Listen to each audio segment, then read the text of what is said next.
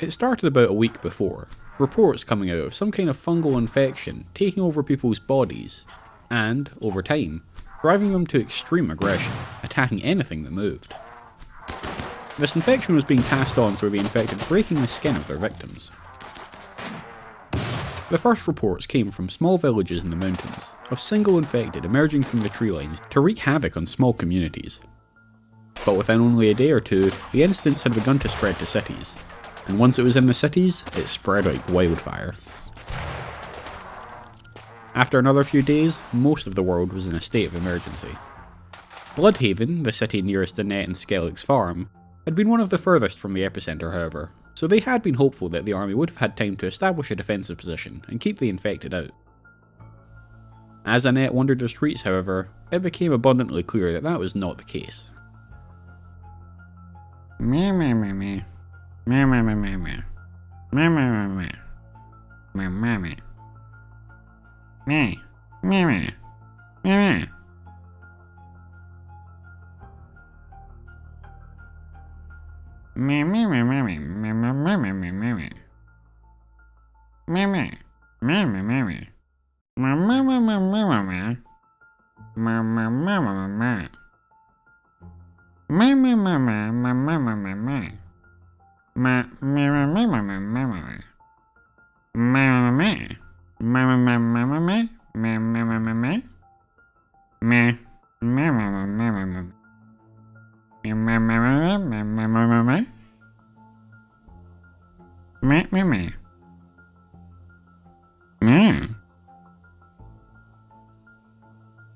Maisie and Nix had clearly only just managed to secure the courtyard shortly before they came across Annette, as they hadn't managed to do anything more than that.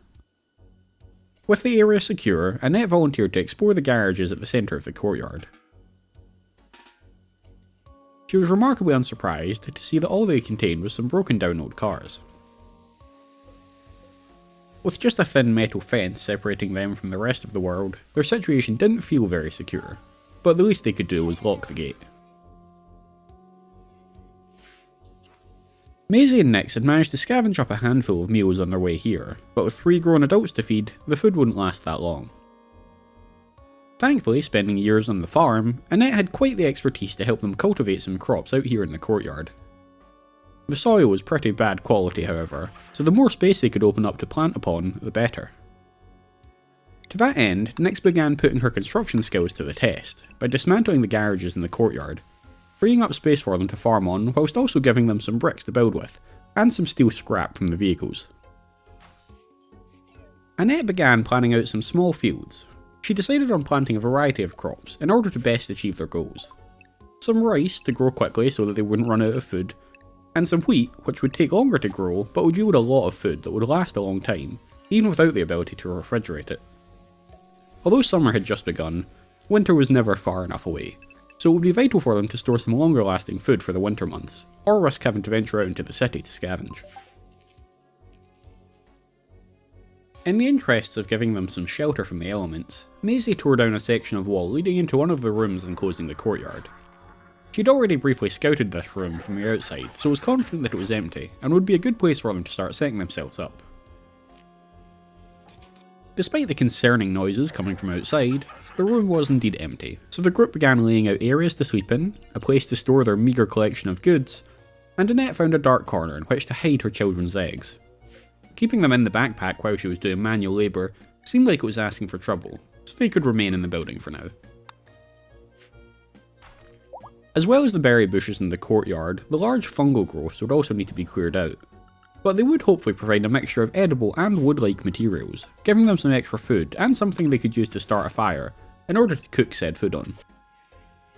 Fearing the humiliation of surviving the infection only to die in a house fire, Nick suggested that instead of placing the fire on the wooden floor inside, it'd be better in the centre of the courtyard. By the end of just the first day, they'd made spectacular progress, dismantling most of the garage, planting a whole field of rice, starting a fire, and they were even beginning to cook dinner for themselves. Just as the group were discussing saving their survival meals and eating the fresh stuff first, they learned their first important lesson in surviving this new world. Before they could even register what had happened, one of the infected, thankfully not yet aggressive, had run through their room and into the courtyard, swiping a handful of their berries and running straight back out the door. Shaken by what could have been a disaster, the group made sure to double check that they had locked the door, and made a note to lock any other doors they may open access to. Feeling just a little more apprehensive than they had moments before, the group saw out the first night by adding a door to their room, eating a quick meal consisting of berries and mushrooms, and then lay down on the floor to get some rest. The weird sounds of the infected floating in from outside did nothing to resolve their apprehension. The next morning, the group discussed their next steps. They quickly agreed that they had no real idea what their long-term plan was here, but they knew that their short-term plan should be to secure enough food and heat to make it through the winter. Maisie was infinitely confident in herself and assured the others that, if they gave her enough time, she could figure out how to fashion some of the electronic components they had lying around into a solar panel, allowing them to heat the place. With little else needing their attention at the moment anyways, Annette and Nix agreed and set up Maisie with a little workbench near the light of the fire, where she could indulge in whatever research she thought was relevant. With Annette and Nix both at a bit of a loss for what to do with their time, Annette suggested that she begin teaching Nix how to farm, so that Nix could help her out during busy periods. Nix was just happy to have something to do, so agreed to help Annette planting some flowers near their room, just to give them something pretty to look at in the otherwise dreary courtyard. With Nix given her task, Annette planned out an additional field of potatoes in the courtyard. Potatoes are hardy, so although they take longer to grow than rice, they could be sure of a good harvest, despite the poor quality of the soil. Annette also begins planning out a small field of fibre corn. It can provide a small amount of lumber which can be used for furniture, fuel, and heat. Not that she doubted Maisie's ability to figure out the whole electricity thing, of course. And so ended their second night together, with more fields planted, Maisie working away on her project, and the mushrooms they'd cut down the day before continuing to provide them with fresh meals, and the horrifying noises from outside getting a little more terrifying. With Maisie focused on her project and Annette focused on her plants and cooking, Nix took it upon herself to finish deconstructing the garages, and, in order to free up more space for Annette's crops, also began tearing up the concrete paving in the courtyard. To Maisie's joy, Nix was able to pry usable steel rebar out from under the concrete. Maisie was convinced that her project would require a lot of steel, so this was a nice early stockpile for them. Maisie was so enthusiastic about this discovery, she stepped away from her research to help dismantling the rest of the concrete, meaning that they'd managed to clear it all by midday. With all three of them being cooped up in the small space of the courtyard all the time with little to do, recreation would be a vital luxury for them, so they used some of their limited wood to create a small horseshoe game in the centre of the courtyard. Realising that there was an even more vital resource that they'd neglected, they also spent the afternoon digging a well.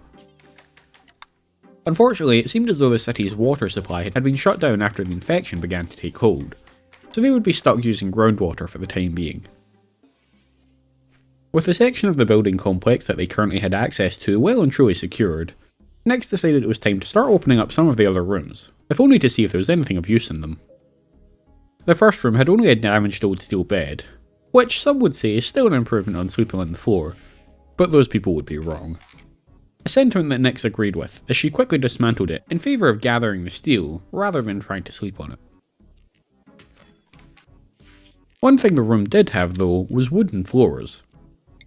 And given that their only source of heat for cooking was the fire, Next decided that the wooden floorboards would be more useful as firewood than floors. As the group slept that night, the noises outside escalated, culminating in one of the infected slamming its way through the outside door and straight into their bedroom. Of course, none of the group had made it this far unarmed, with Maisie sporting a pump-action shotgun, Nyx wielding a bolt-action rifle, and Annette using her trusty revolver. None of their weapons were particularly impressive, but against an unarmoured foe charging at them head-on, they did the job just fine. After a second to catch their breath, the group headed back into the room, just in time to see a number of unaggressive infected making off with their precious food supplies. They took solace in the fact that the children's eggs were safe and untouched, but it was an upsetting outcome nonetheless. While Annette and Maisie kept guard, Nyx threw together a crude wooden wall to seal the gap in the room. It seemed that the infected had only targeted the door, so they must have retained enough of their intelligence to still see a door as an access point. The group would have to replace the wooden wall with something a bit more robust, just in case, but it would hold for the night and allow them to get some rest. Maisie finished off their attacker, and, in the interest of keeping the infected away from their space, she utilised the side room that Nyx had opened up to drag the corpse out into the street and away from their camp.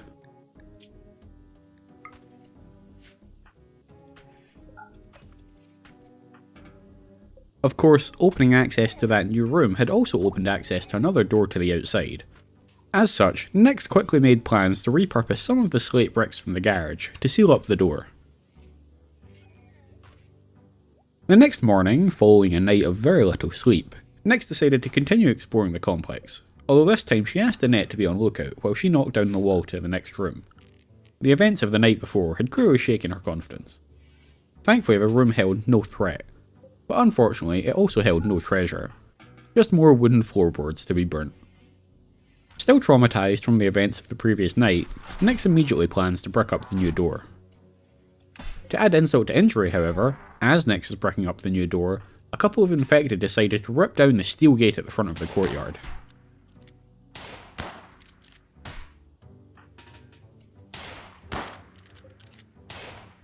Thankfully, they're able to take down the infected before they get inside, but the gate gets destroyed in the process. Using some of the steel that they managed to liberate from the concrete floor, Nyx replaces the gate with a section of steel fence, shutting the courtyard off from the outside world entirely.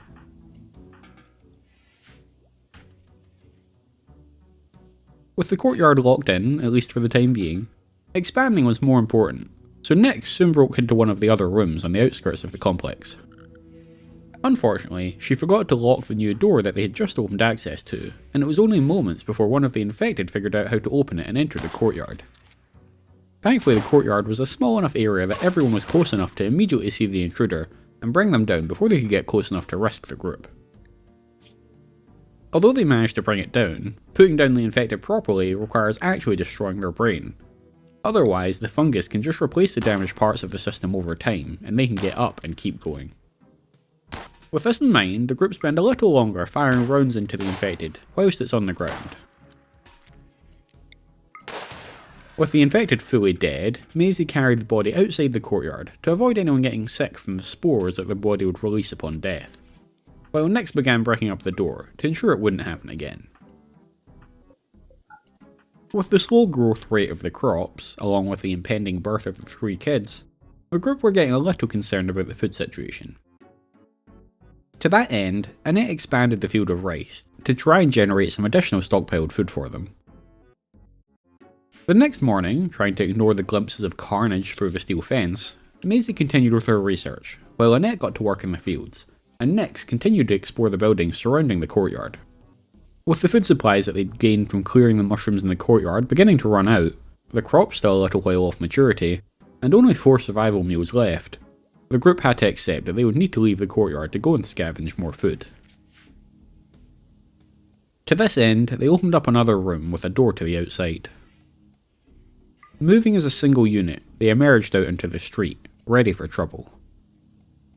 Seeing that the courtyard of the building across the street was also overflowing with large fungal growths, they made their way over there, and Annette began harvesting what she could, whilst Maisie and Nyx keep watch for any of the infected. There were also some potatoes in a small allotment here, but they were also unfortunately not ready for harvest. With a decent amount of materials now littering the ground, Nyx began gathering them up and shuttling them back to the courtyard, whilst Maisie kept guard, with Annette joining in the hauling once she was done. With Nyx, Annette, and the new resources safely back in the courtyard, Maisie joined them, locking the door behind her to try and keep the courtyard safe. After their little scavenging journey, the group agreed that it was important to be able to get out of the courtyard at times, including to be able to escape if things went badly. To this end, they added a second door to their room they'd use to exit, in the hopes that even if the infected did start to break down the doors, they would hear the noises and have plenty of time to prepare themselves before the infected could actually make it to the courtyard. To improve the chances of this, they also replaced the door outside with one made of slate, which would take longer for the infected to break down than the wooden one that was there currently. As Nyx was replacing the door, however, an aggressive infected breaks down the remnants of the wooden door and immediately begins attacking Nyx. Nyx lets out a yell for help as she retreats back into the courtyard. Hearing the yelling, Maisie and Annette rush to the courtyard and are able to put down the infected before it makes too much progress.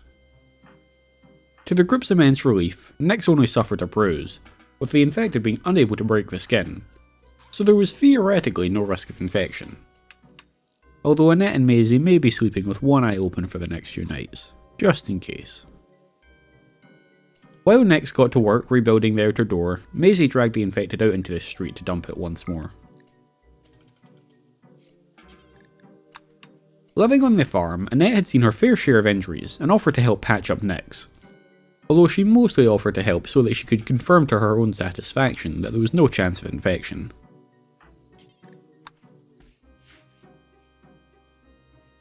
It had only been 4 days, and there'd already been a number of close calls. Too close for comfort, certainly. Surviving this disaster was going to require constant attention and effort from all of the group.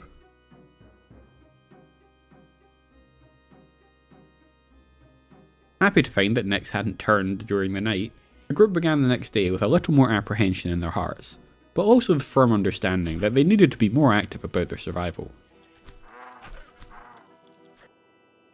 Clearing out more space in the complex, they finally had a bit of luck, finding an old table and a chair tucked away in one of the rooms, along with a decapitated body.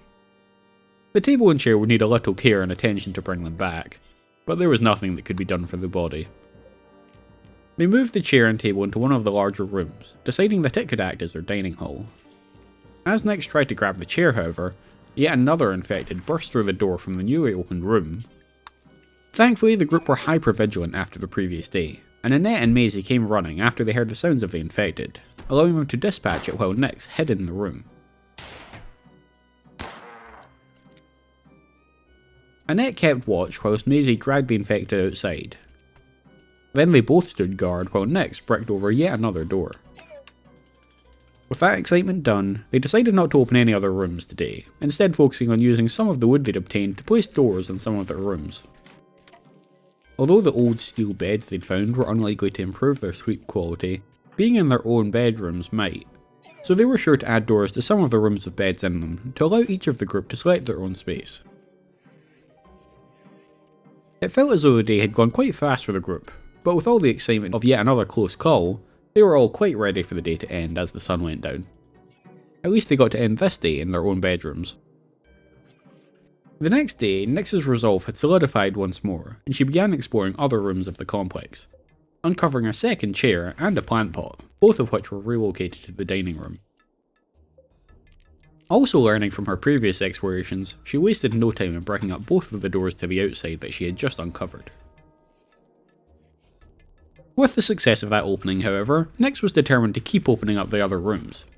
She felt that they should have full access to the complex, in order to give them more options for how to handle any situations that may arise. Of course, as always seemed to be the case, the sound of Nyx knocking down the wall drove one of the infected outside to investigate by breaking down the door. The group were well versed in these encounters now, however, and were more than ready to defeat the infected. The new room met the same fate as many of the others, having its wooden floorboards ripped up to salvage the wood. This gave Annette an idea, however. This planet was no stranger to fungus, even before the infection, with large communities across the globe living off of diets consisting largely of different mushrooms. As such, Annette figured they could utilise the dank dark of the new room and its new soil floor to grow themselves some nutrifungus, the most rounded fungus they knew of nutrition-wise. It wasn't the nicest eating experience, but it could be a vital crop for them. They would need to keep the room in darkness to do this, but given that their only current source of light was a single campfire in the centre of the courtyard, darkness was something that they could provide in abundance. With their food supplies running low once more and their first crop still not ready for harvest, the group decided to open up another avenue out of the complex, further north this time, so that they could scavenge in the buildings across the road. The expedition was immediately a success, as it seemed some poor individual had been ripped to pieces just outside the complex, dropping his perfectly serviceable shotgun in the process. Scooping up the shotgun, they continued on to the courtyard to the north. Once again, Annette entered the overgrowth to begin harvesting all that she could, while Nyx kept a watch for anything lurking in the undergrowth, and Maisie kept an eye on the street, ensuring that their retreat path was clear. There was a lot here to harvest, and Annette soon had to return to the complex with her first haul. Seeing that she'd harvested more than she could carry, Nyx stepped in to carry some back for her. The faster they got what they needed, the faster they could return to the safety of the complex. A number of infected, drawn by either the sound of the group or the smell of the harvest, approached the area, intent on taking what they could of what Annette had managed to harvest. They didn't appear hostile yet, but it was only ever a matter of time. And if more were going to be drawn in by the harvest, then Maisie reckoned they'd outstayed their welcome, and she returned to the complex, waiting for Nyx to arrive before locking the door behind all of them. It seemed she'd made the right call, as mere moments later they could hear what sounded like a group of infected attacking each other out in the street they had just come from. The harvest's bounty must have caused some infighting between the infected. They locked the second door of the little airlock they'd made, just in case. Nyx soon continued her journey to explore the entirety of the complex.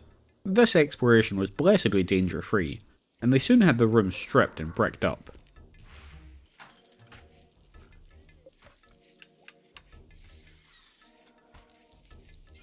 Later that day, the group got their biggest victory to date. The first of the rice was finally ready to harvest. It wasn't much, and considering they'd soon have 6 mouths to feed, they'd need a lot more, but it was just the sliver of hope that the group had been searching for to keep them going after a week of constant threats and tension. The next morning, it was finally time for Nyx to finish opening up the complex. The first room held nothing of any interest, and the second didn't actually have a wall adjoining the courtyard, but Nyx continued to tear down the walls between them to get access to it. And with that, the entire complex was theirs. They currently had 2 ways in and out, both of which were double doored to act as something of an airlock, giving them time to prepare should anything want to get in, or time to escape if the need should arise. Following the completion of the exploration, life in the complex slowed down a bit, with Nyx and Annette both having little to do with their time until the crops were ready. While Maisie continued with her research, Nyx explained the game of chess to Annette, who was not familiar. Excited that she might be able to teach Annette something in exchange for Annette teaching her about horticulture, Nyx used some of their currently ample wood supply to put together a rudimentary chessboard in the dining room so that they could play together. Realising how much wood they had to spare, and knowing that they were growing some of their own in the form of fibre corn, Nyx also thought it'd be nice to treat the others, so she constructed them all some proper beds, to help them actually get some good rest. Although it was late at night, the group started to hear voices outside the complex. The infected weren't capable of speech, so it must be other survivors. Taking the chance that they would be friendly and might be willing to offer some things in trade, the group moved out through the side door as a single unit and approached the visitors.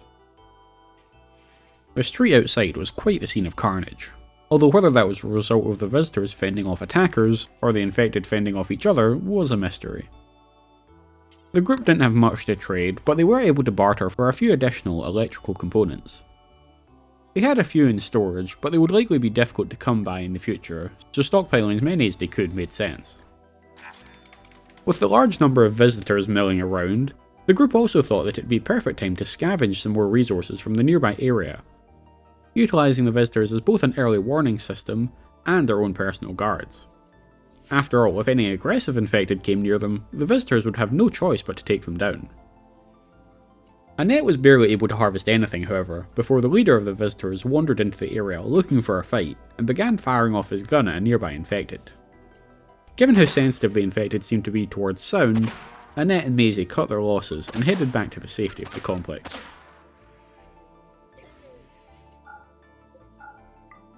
As they rested, the night echoed with the sound of gunfire from the visitors' position. Whatever the outcome of the fight, they didn't expect the visitors to be there when they awoke in the morning. It had been nice to see confirmation that they were far from the only survivors on the planet, but their current strategy of hiding out and making their own way seemed to be serving them well.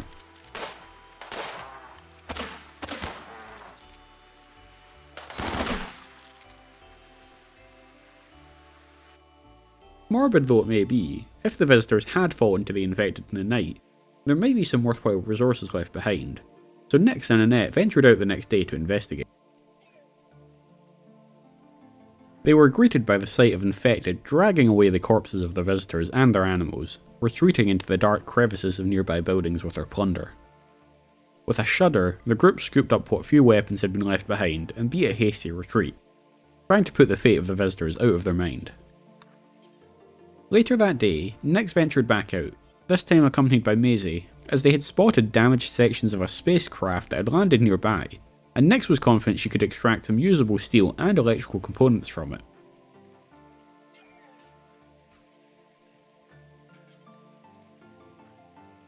With the babies expected to hatch any day now, Nix put her efforts towards making a number of cots and some toys for them. Annette also moved her bed into one of the buildings with adjoining rooms, so that she could be close to the children to take care of them. Perhaps Maisie shouldn't have left the complex that day, as the sight of what was left of the visitors only served to instill in her a tremendous level of anxiety about their chances of survival. That anxiety certainly wasn't helped when she was awoken in the night to the sound of one of the infected tearing through the doors of the complex right next to her bedroom. Thankfully the sound woke the whole group, and they were able to handle the issue without further difficulty. But Maisie certainly wasn't going to get much sleep that night.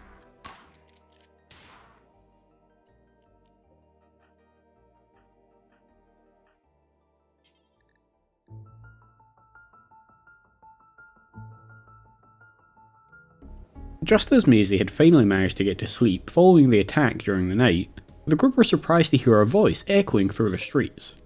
It seemed to be a man wandering on his own, calling out for help. In keeping with their understanding that the infected cannot speak, they figured they'd let them join in the settlement, and so it was that Clomster joined the team. With Clomster needing his own room, the group spent the day placing doors on the rooms leading off of the courtyard, to give them actual enclosed rooms that they could use.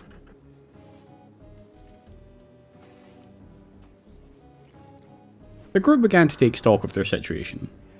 Annette believed it would still be another 8 days or so until the eggs hatched, giving them time to get a large harvest in before they had more mouths to feed.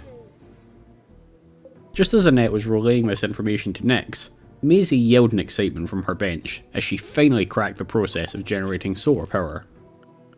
The temperatures had never quite gotten high enough for Annette to plant the field of cotton she'd hoped for on the west side of the courtyard, so they instead repurposed the area to house the group's first solar panel. After reading the blueprints, Nix realised that she would need more usable steel to finish the construction, so scavenging outside of the complex would be necessary. Before the group could put together too much of a plan though, they began to realise a problem. There was a stench coming from their new pal Clomster that was so disgusting it was making the group violently sick. Trying to figure out what was going on, Nix got close and spotted a large scratch on the back of Clomster's neck. A scratch that was overflowing with fungus. The infection clearly hadn't taken over fully yet as he was still coherent, but he'd clearly been infected. Nix informed Maisie and Annette of this in secrecy, and, for the sake of their safety, and fueled by an incandescent rage at Clomster for putting them all at risk in order to satisfy his own needs, they took up positions and began unloading their guns upon him. Nix's anger had led her. Annette's life on the farm meant that she was no stranger to killing off dangerous creatures that threatened her home. Maisie though? Maisie was in shock at how quickly they'd all turned on Clomster after initially offering him aid.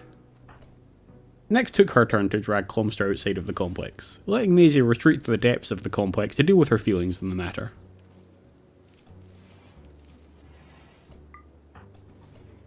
The mood in the complex was somewhat sombre for the remainder of the morning, although Maisie began busying herself researching batteries in order to distract herself.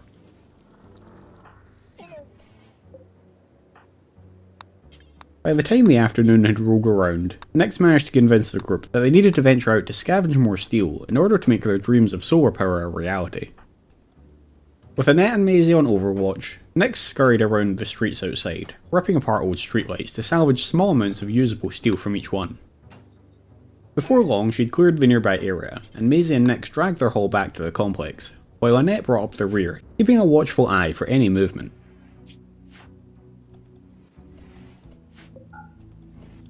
It seemed they had just managed to secure enough, and as the sun started setting that evening, Nyx began working through the blueprints to make Maisie's dream a reality, and they soon had a source of electricity once more. Although there were many things that the electricity could be used for, and would need to be used for, Nyx suggested that the very first thing they should build is an electric smelter. Most of the steel they were able to scavenge was in the form of unusable chunks of slag, but with a smelter, she could smelt those down and forge them into usable steel, vastly increasing their access to steel, which they would need to build almost everything they wanted the power for. Of course, they would need usable steel to build the smelter in the first place, so that meant another excursion outside of the complex. Whilst Annette cooked them some dinner, Nyx ventured back out with Maisie to guard her. It was dark now, but they were determined to start making some serious progress, especially with summer coming to an end soon. Before Nyx could really make a start, however, a group of aggressive infected rounded the corner and started charging them. Nyx swiftly put down the first, but spotting more following, both her and Maisie pulled back into the courtyard, and with Annette's help they took down their pursuer.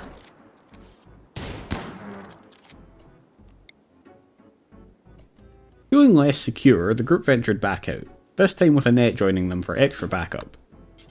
The charge had shaken them a little bit, but getting attacked by infected was just the new normal they'd have to get used to. They couldn't afford to call off all their tasks every time that happened. Before long, Nyx had cleared that street of streetlights too, and they dragged the steel back to the complex. It had been a funny old day with lots of ups and downs, starting with the attack in the night, then having Maisie finish her project, only to have them all abandon a little more of their humanity and attack Clomster, then to have them embrace their human resilience once more and continue working hard through the day to gather enough steel for the solar panel. If this was just daily life now, they would need to adjust fast. They started out strong the next morning, with Maisie watching over Nyx as she gathered up more steel for their smelter, whilst Annette dragged a comfy big chair they'd found in a nearby building over to the complex, giving them all a bit more comfort in their lives. Even after clearing the first street, they were still a little short on steel, so Annette ventured out to cover Nyx as she moved on to yet another row of streetlights, whilst Maisie gathered the steel that had already been liberated and ferried it back to the complex. Before long, they'd managed to secure enough, and Nyx got to work building the smelter. They'd also managed to store quite a few steel slag chunks, so would be able to quickly begin processing them into steel once they got the smelter up and running. Nyx took on this job, whilst Annette focused on her crops and Maisie continued her research. With this new source of steel, Annette's first request was a proper stove, so that they could stop using the fire outside to cook. Their wood supplies were limited, so Nyx and Maisie were only too happy to agree to using the steel for an electric stove, to save them from quite literally burning through their resources. The day ended without event. In fact, the group hadn't had to interact with an infected all day, which had done wonders for their peace of mind. The next morning, the group believed they saw a drop pod soar across the sky and land on the edge of the city, so they ventured out to investigate. Despite what had happened with Clomster, or perhaps because of it, they were determined to try and save anyone they could, even if only to prove their goodness to themselves.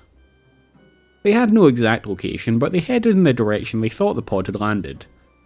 Unfortunately, after a brief search, they were unable to locate any evidence of it.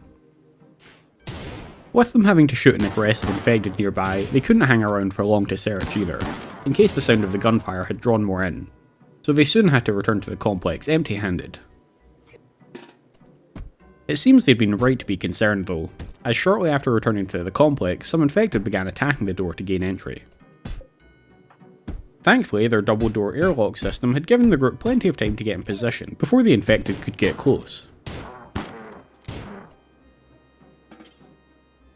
Venturing outside to dump the body, another infected rounded the corner nearby, approaching the group at speed, giving them little time to react. Unable to put it down quick enough, Nyx retreated back into the complex. But Annette was too slow. The infected swung at her, the first swing slicing into her finger, and the second swing ripping the finger clean off. They were able to retreat inside and take out the pursuing infected. But with Maisie and Nyx still wielding their guns, Annette had to think quick to talk them down.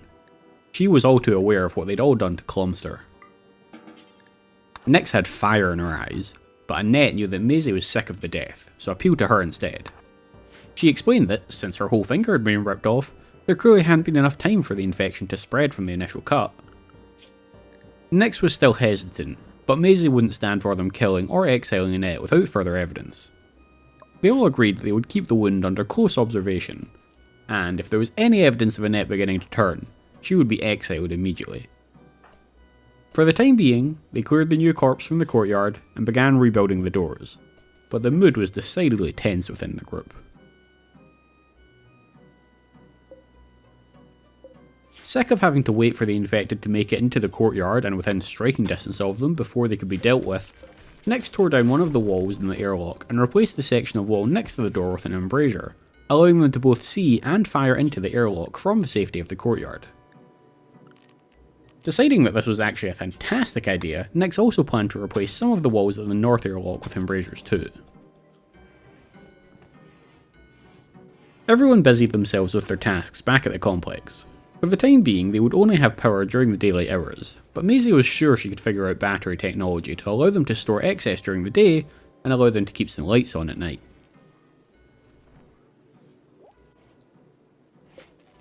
Before long, Nyx had managed to build the stove, which Annette was excited to begin cooking on. As well as ensuring that the group were supplied with enough cooked meals to keep them going, she also made sure to begin to make some baby food, so that they'd be prepared for the hatching of the children.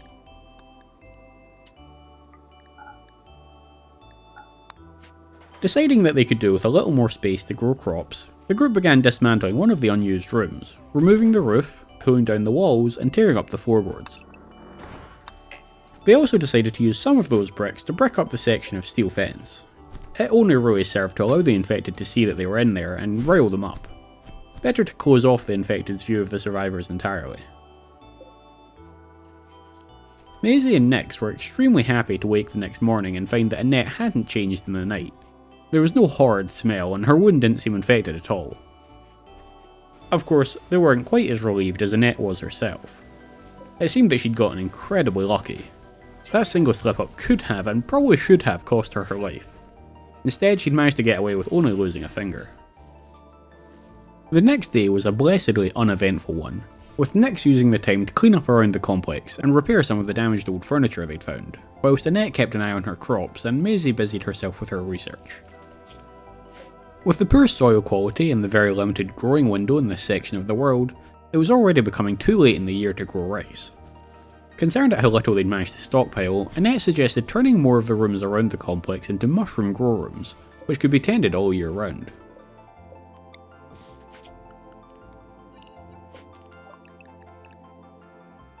Although the day had been quiet, it had seemingly given Maisie enough time to think about her place in this new world, and she managed to make herself depressed about the thought of being stuck in the safety of the complex.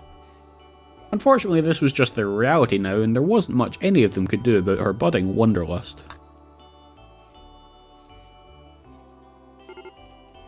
With the temperatures dropping outside, the inability to grow crops wasn't the only issue the group had.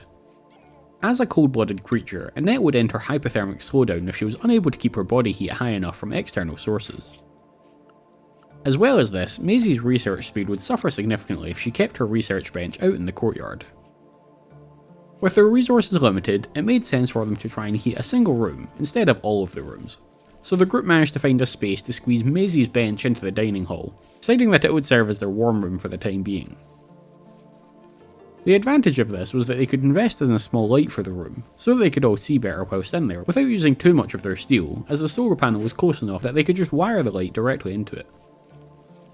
As Nyx and Annette brought in their first harvest of fibercorn, Maisie had a eureka moment at her bench, deciding she knew how they could finally build a battery for the complex.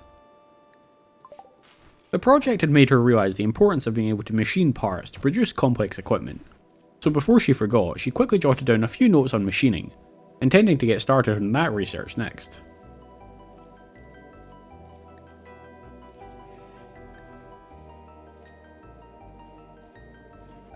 With the courtyard significantly cleared of fields, Nyx began planning out some pathways for the area, which would allow them to move around a bit more effectively than just traipsing through the mud. They didn't have many resources to spend on the project, so for the moment they would have to settle for just compacting the dirt into a hardened path. But it would be a small improvement which might prove helpful if they needed to get out of the courtyard in a hurry.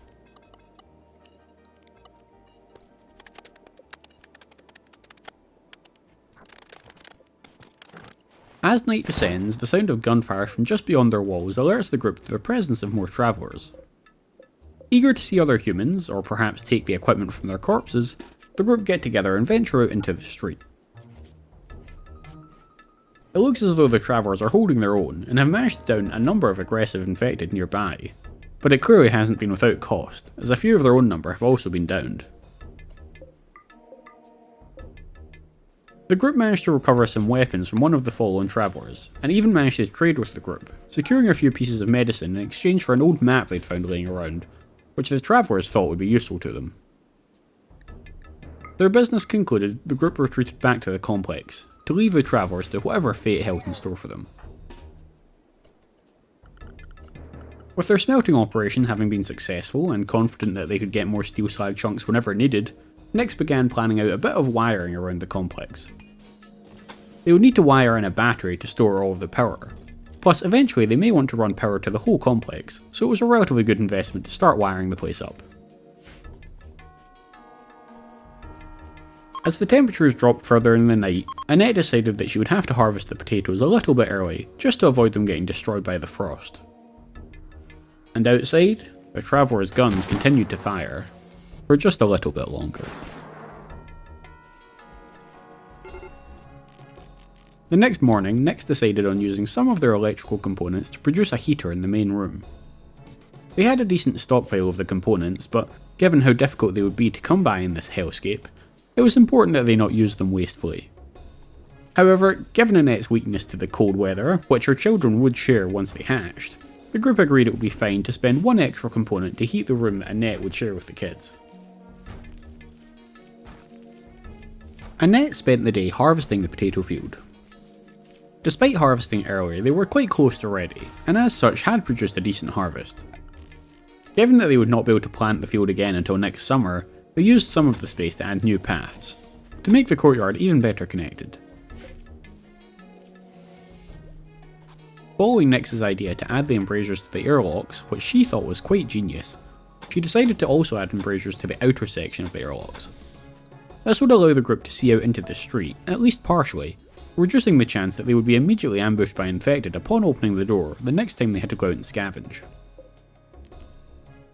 Conscious of the rapidly falling temperatures, and also just wanting to have them a bit closer to her, Annette moved the eggs into her heated bedroom, ensuring that they stayed at a safe temperature.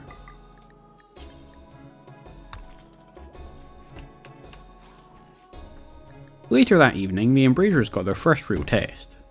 An infected began beating on the door to the northern airlock, but thanks to the external embrasures, Annette was able to see that it was just a single infected. She alerted the others, and they all took up positions at the internal embrasures, weapons drawn. Nyx was actually able to make a masterful shot, weaving a bullet between both the internal and external embrasures to hit the infected. But the infected soon helped them out by smashing open the outer door, allowing the group to get clear shots at it from the airlock. Annette and Maisie were disheartened to have to agree with Nyx's inflated ego about the genius of the embrasures, but they had done their job spectacularly. Two of the rooms in the complex featured stone floors, but Nyx felt that she could put the bricks to better use than flooring, so began pulling them up.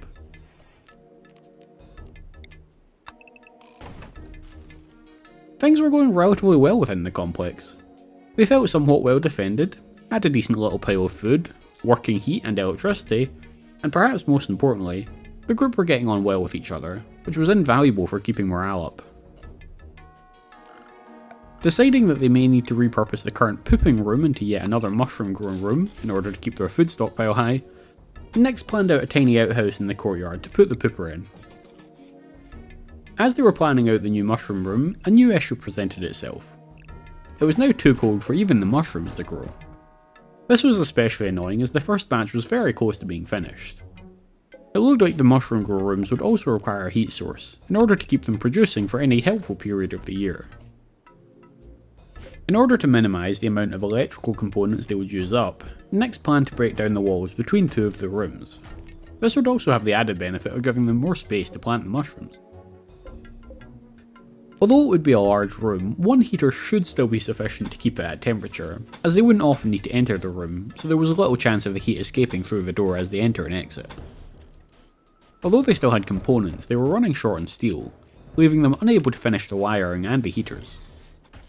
With the smelter they could gain plenty, but it would still require them to leave the complex to scavenge. With this in mind, the whole group armed themselves and ventured out to the north of the complex to allow Nyx to dismantle an old truck that was sitting out there. Getting the truck out of the way would also give them clear lines of sight out of the base, making it safer next time they had to come out this way. While Maisie dragged the chunks back, Nyx moved on to dismantling a couple of other broken down vehicles, whilst Annette kept guard.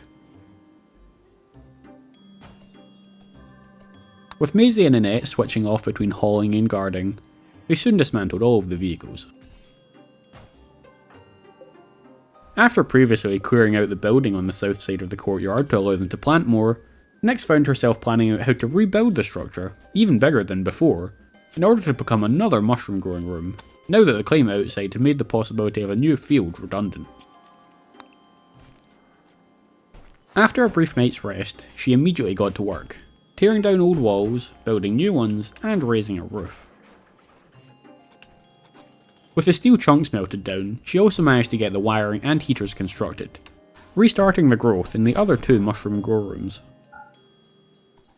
And, to top off an already incredibly productive day, Nyx also planned out the wiring and heater for the south grow room, although the actual construction will need to wait for the next day, as Nyx had exhausted herself with her achievements already. That night, as they all rested peacefully, the 3 eggs finally hatched, giving birth to Annette's 3 young children. Annette whisked them away to their cots, and let the others know. The presence of the children would bring them a lot of hope for the future of this devastated world. But they were under no illusions. The presence of the children would also pose a number of challenges for the group to deal with too. Hope was kindled, but danger was never far away.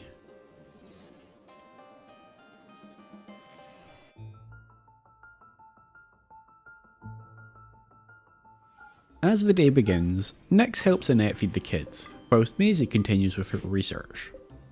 With the temperatures outside reaching the negatives, Nyx suggests thinning the wall between the kids' bedroom and the dining hall, so that they can place a heater in the dining hall and vent the heat into the kids' room. This means that although the kids' room won't have a direct source of heat, it can receive excess heat from both Annette's bedroom and the dining hall, which should be more than enough to keep it at a safe temperature. In order to ensure that the kids' room still looks nice, they pull up some of the granite flooring from the other spare room to lay down an extra line of flooring in the kids' room.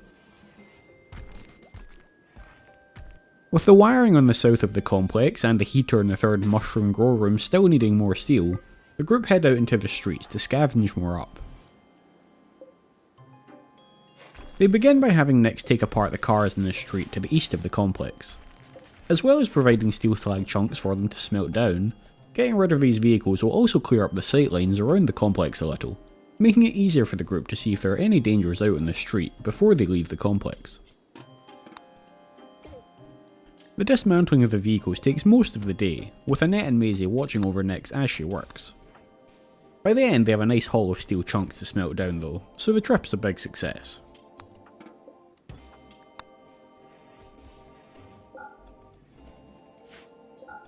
The next morning the group waste no time in putting the steel to use, to finish wiring up the new heater, and, following that, they experience another big win.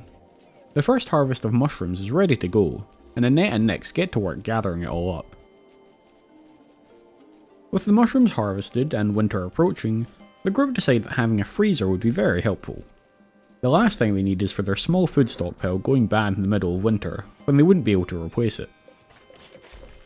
With the temperatures already below freezing, a freezer would be as simple as having a room to store the food in, without the need to manually control the temperature. Figuring that the freezer would be best placed near the stove to avoid too much running back and forth for whoever was doing the cooking, the group moved Maisie's bed into a different room and began repurposing her old bedroom into the complex's new walk-in freezer.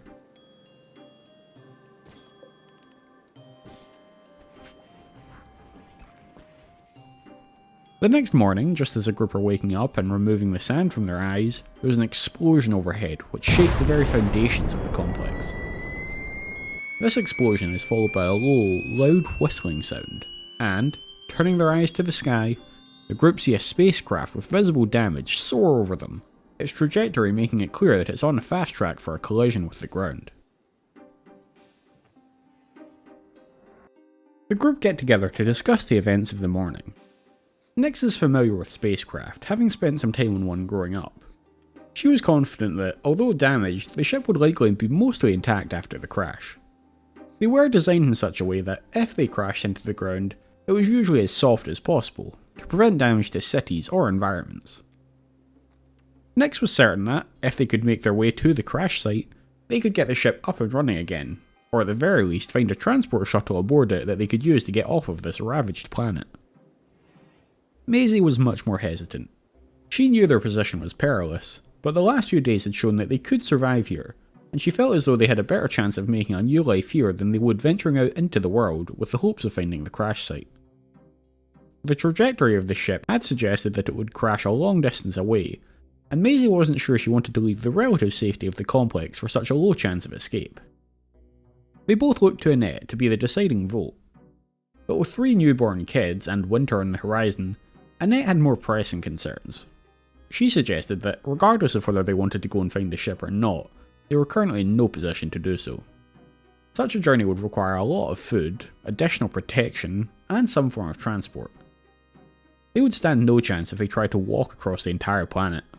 In either case, these were things that they currently didn't have access to.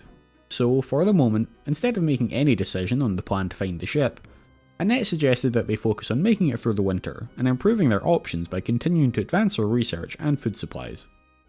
Reluctantly accepting the wisdom in Annette's words, Nyx agrees to put the plan on finding the ship on the back burner, at least until they can get themselves in a safer position. That night, the unexpected sounds continue, as the group hear some travelling survivors outside of the complex. And then they hear them shooting outside the complex.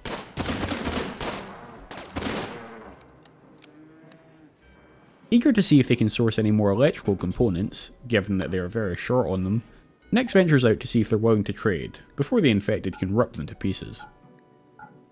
Unfortunately, they don't have any components, but she is able to barter a few of the weapons they've collected from fallen travellers in exchange for some medicine. It never hurts to stockpile some meds. With steel still in short supply, Nyx then moves on to tearing down more old vehicles in the streets. After gathering and processing some more of the steel, the group decide to invest in a second solar panel. With them relying on electrical heaters and the temperatures continuing to drop, it'd be helpful to ensure they had enough power to keep the heaters on during the night, and their current single solar panel setup was struggling to fill up the battery each day. Outside, the travellers had their own solution to keeping warm, namely the flamethrower they were using to incinerate the infected. Deciding that a more ample wood supply would allow them to build some furniture to improve their living experience, and also provide a nice supply should they require a fire to keep them extra toasty in the cold winter, the group ventured out to the building to the east, with Annette harvesting all of the large mushrooms there, whilst Maisie and Nyx stood guard. Realising that there was wasted wood in the form of the fences and the shed, Nyx began tearing those down too, to repurpose them. She made sure to leave some of the outer fence though. Who knows, maybe one day they'd have need of a small animal pen. The shed had clearly originally served as somebody's art studio, and in the interest of not wasting anything, the group carried the art bench back to the complex, in case they one day decided to create some art to adorn the complex. With most of Nyx's workload being dependent on the need to sow crops or build things, she often found herself with nothing on her to-do list, whilst Maisie researched and Annette cooked. As such, she had taken to spending a lot of time looking after the children, even taking turns playing with and feeding them. With their new wood supplies, the group also planned to build a small school for the kids, ready for them to be old enough to start classes. The desks, chairs and blackboards would all require plenty of wood. To make this possible, they planned to open up the kids' bedroom to fit the classroom in there, meaning they didn't have to worry about heating a separate room. They did also reinforce the outer wall, as none of them felt very safe in its construction. With the leftover wood, they elected to build bedside tables for everyone, to make their rooms somewhat less barren and depressing.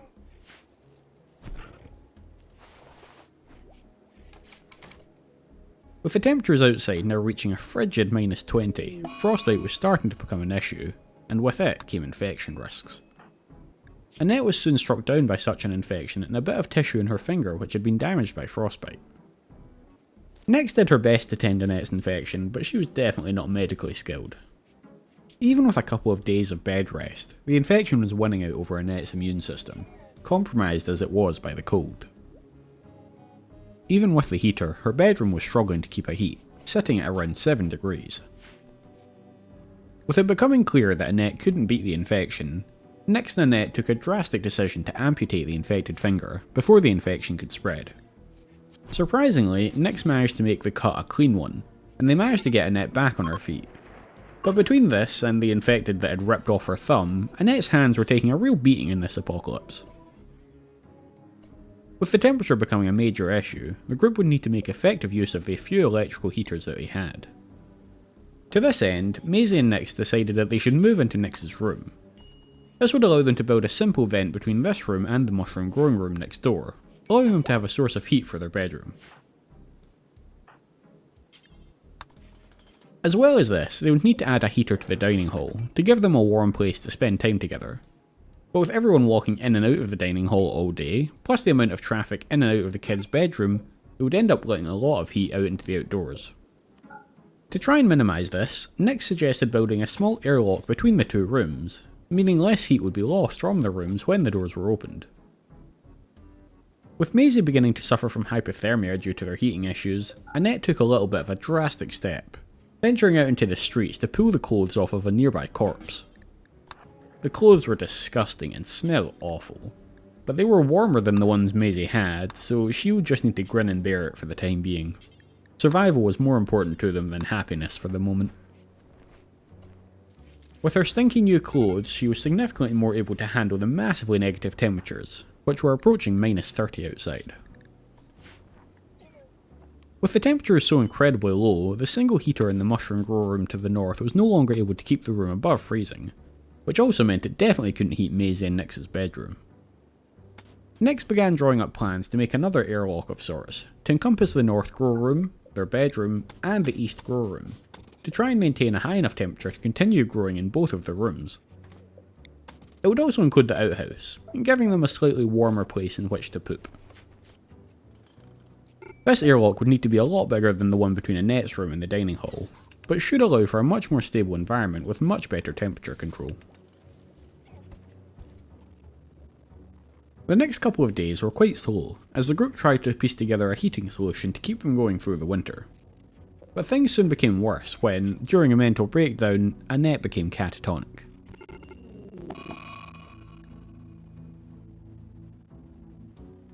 Thankfully, Nyx had completed the second airlock, so she could take over the childcare duties from Annette, whilst Maisie took over the cooking duties. Maisie wasn't exactly good at cooking, but someone had to do it whilst Annette recovered, and Maisie's only other task was her research, so she could afford to spend a little time each day doing something else. It would slow down their overall progress, but slowing down seemed to be the theme of this winter, so they accepted their new roles stoically and continued onward.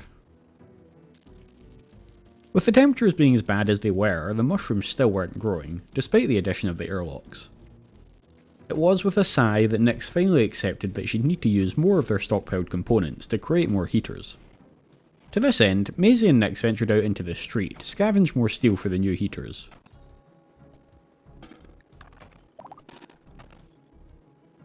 They started with new heaters in the north and east grow rooms. 2 would surely be plenty to keep them at temperature, even with the north room sharing its heat with Maisie and Nyx's bedroom. Although they'd been stung before by Clomster, when another survivor contacted them to ask to join them, Nyx and Maisie agreed. They really did want to help as many people as they could. Plus, with Annette currently incapacitated, they could definitely use the help. And so it was that Yuso joined their numbers. After a thorough inspection, they were confident she wasn't secretly infected. Sadly, she also didn't seem to have an abundance of useful skills. It would be sensible to start training Yuso in some of the other skills that would be required for survival, to account for the times when their current expert in a skill might not be available. Yuso's first day with the group was a trial by fire, as Nyx ventured out to dismantle more vehicles and required Yuso to keep overwatch with Maisie. Yuso had been looking forward to getting to enjoy the safety of the complex after days of wandering this dangerous world on her own, but she understood the importance of the task and was eager to prove her worth to her new group. The infected were kind enough to give her the perfect opportunity to, as a couple of aggressive infected approached their position, giving Yuso a chance to take them down.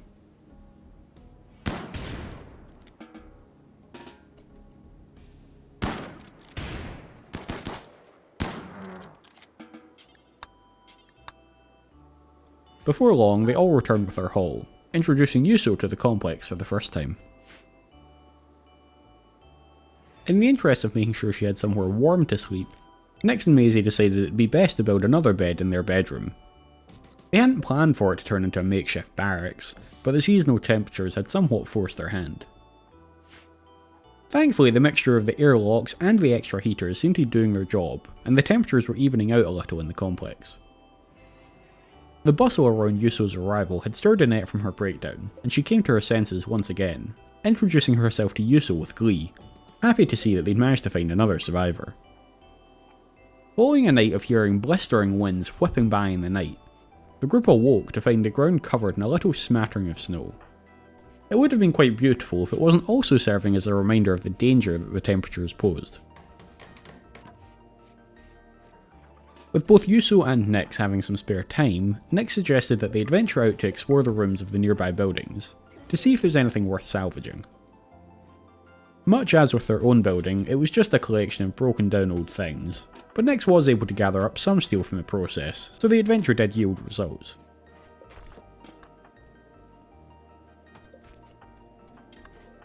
The group had managed to also add a second heater to the southern grow room, but with so many heaters now running, their power grid was struggling to keep up. So for the time being, they turned off the 2 in the south room.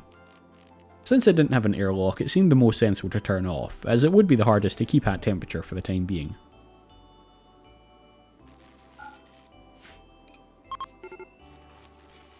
With Maisie already resorting to wearing clothes pulled from a dead person, Annette suggested that they free up some space in one of the grow rooms to grow mycothread mushrooms. These mushrooms produced a fibrous substance which could be tailored into clothes, allowing them to produce their own clothing to keep them warm. Hopefully by the time next winter rolled around at least. Although the solar panels worked out great, having such long nights in winter meant that there simply wasn't enough hours of daylight to store enough power to keep the electricity flowing overnight. To try and remedy this, Nyx suggested that they build a wind turbine in the courtyard. It would take up quite a lot of space, and would have its own reliability issues, only being able to produce whenever there was a strong enough wind, but the upside was that there was still wind at night, meaning that their grid would be producing a little electricity at night to offset the drain from the heaters. Perhaps the greatest danger involved in this plan, however, was that building the turbine would use the last of their components, putting them in a very precarious position should any of their equipment break down and require a component to be replaced to fix it. Venturing out into the snow to dismantle more vehicles, the group finally found an upside to the winter temperatures. It looks as though the hypothermia was also affecting the infected, causing them to slow down to the point of no longer being a danger. With that knowledge, it would be a lot safer to be out in the streets during such cold temperatures, and would be the perfect time for them to go out and scavenge, whilst the danger of being ambushed by the infected was minimised. Deciding that this was too good of an opportunity to pass up, the group decided that now would be the perfect time for them to expand the complex, merging it with another one of the nearby buildings. After a brief inspection of the surrounding buildings, they decided to expand to the west, incorporating the building across the street into their complex. Next began planning out walls to enclose the new space, along with planning out a new exit from their current space through the west of the complex.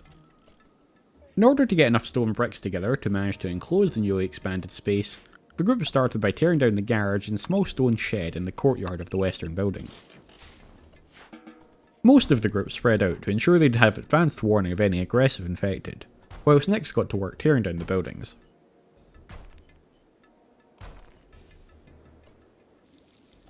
The next morning, after enjoying a spot of breakfast and ensuring that the kids were fed, the whole group ventured back out to the west to continue the project. Progress was slow, with Nyx being the sole builder, hauler and dismantler, so that the others could keep watch. Given that the intense cold made the infected less of an issue, however, Yuso holstered her gun and got stuck in, helping to dismantle the garage and hauling the bricks to the wall, ready for Nyx to build them. The next morning, whilst the group were prepping for another day on the expansion project, Maisie finished up the last bits of her research into basic motor vehicles. She'd been quite secretive over what she'd been researching, but she explained to the group that she felt as though if they had a vehicle, they could more easily venture out from the city to collect additional resources from the surrounding areas, as it would be both faster and less exposed to the infected than if they were to walk. She also suggested that, since they were expanding to the second building, it was the perfect time to try and build a garage in the new area where they could store and work on a vehicle.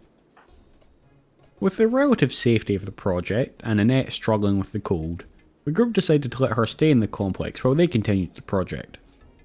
She could spend the time keeping things going in the complex, cooking, feeding the kids and harvesting the crop, whilst the others worked on the expansion. By the end of the day, they'd finally managed to finish up the north wall and could begin working on the southern wall.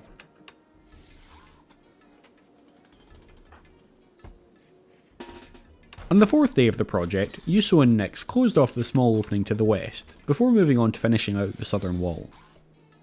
Yuso wasn't great at construction, but Nyx was trying to train her up, to help speed up future projects, and also to give the group a fallback in case anything were to happen to Nyx. It was a bit of a morbid thought, but an effective one, and they couldn't afford to shy away from harsh realities in their current situation. Realising that they'll need a few more bricks to finish up the southern wall, they also began dismantling one of the outer rooms of the western building to repurpose its bricks.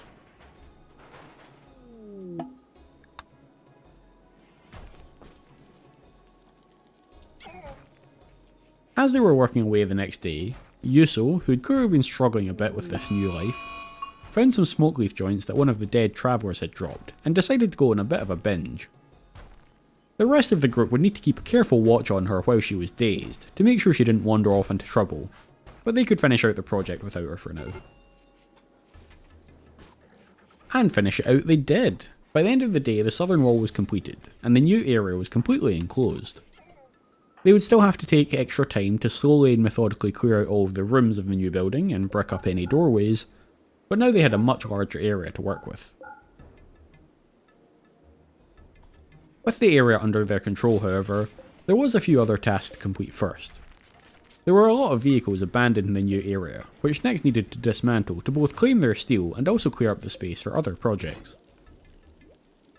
Just as she was finishing that up, Yuso, whose only real skill was animal handling, swore she heard the sound of some yaks bleating from a few streets over.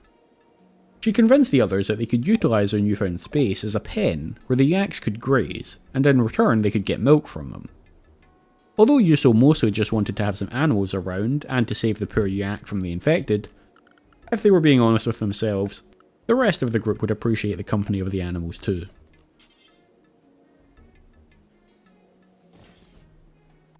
To that end, the whole group ventured out into the streets, following the last known sound of the yaks. Before long, they found a single male yak wandering the streets. Yuso roped it and started leading it back to the complex, with Annette going with her to keep them safe. Yuso was insistent that she'd heard more than one yak, however, so Maisie and Nyx stayed out a little bit longer, looking for any further signs. After a bit more searching, in the furthest corner of the city they found a female yak wandering alone. Excited at the prospect of being able to raise even more yak, Nyx roped it up and started leading it back, with Maisie offering protection. Before long, they had both the yak back in the complex, and their little group had grown that little bit bigger. The next morning, the next step in claiming the new land was put into action, namely removing all of the infected corpses from the area. Over the months, many infected had been killed by travellers, and their corpses were now strewn across the ground, which wasn't a great sight to see every day. The group began hauling them outside of the walls, where they wouldn't be subjected to the sight of them every day. Unfortunately, dealing with all the bodies, mixed with the generally back-breaking work of the project for the last few weeks, had taken its toll on Nyx, and she had a bit of a breakdown, deciding that the best solution to her feelings would be to enact some violence against Yuso. Thankfully, whilst Yuso ran Nyx in circles, Annette was able to catch up to her and subdue her, locking her away in a spare room for a bit until she'd calmed down.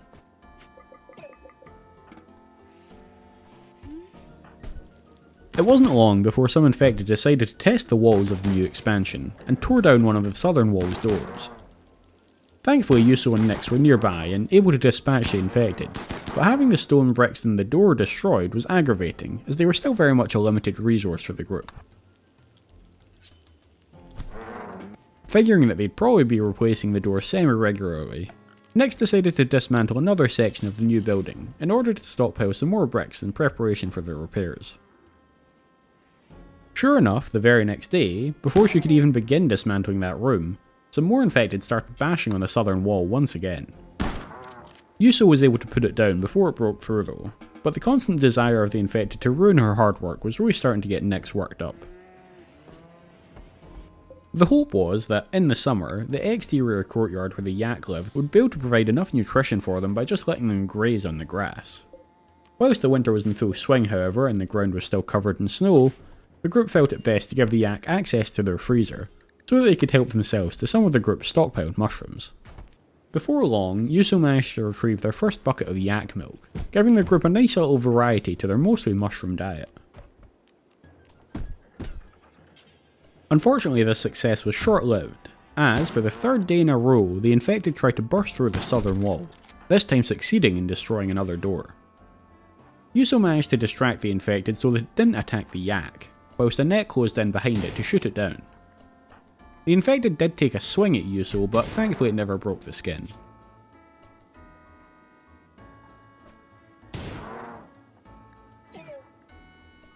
Unfortunately, with the door down, another infected entered the complex, looking to attack the yak. The yak was able to avoid it, but unfortunately it escaped out of the complex and back into the streets. A masterful shot from Annette put the infected down, and Annette and Yuso both gave chase to the yak, grabbing it and dragging it back to the complex. Whilst they were doing this, yet another infected rushed in, looking to steal some of their hard-earned yak milk. Annette managed to deftly put this one down too, saving their precious milk and keeping everyone safe for another day. With the doors on the new walls completed, the group decided to brick up their old doors in the airlocks, deciding that the old airlocks could be converted into bedrooms again for the group, allowing Maisie, Nyx and Yuso to finally have their own rooms again.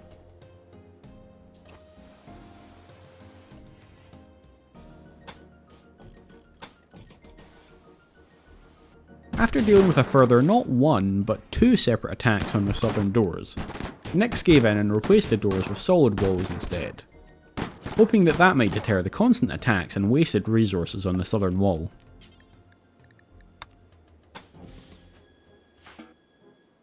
Although it had been covered in snow since they gained access to it, there was some steel reinforced concrete floors in the new section of the complex, which Nyx decided to rip up in order to get access to the steel.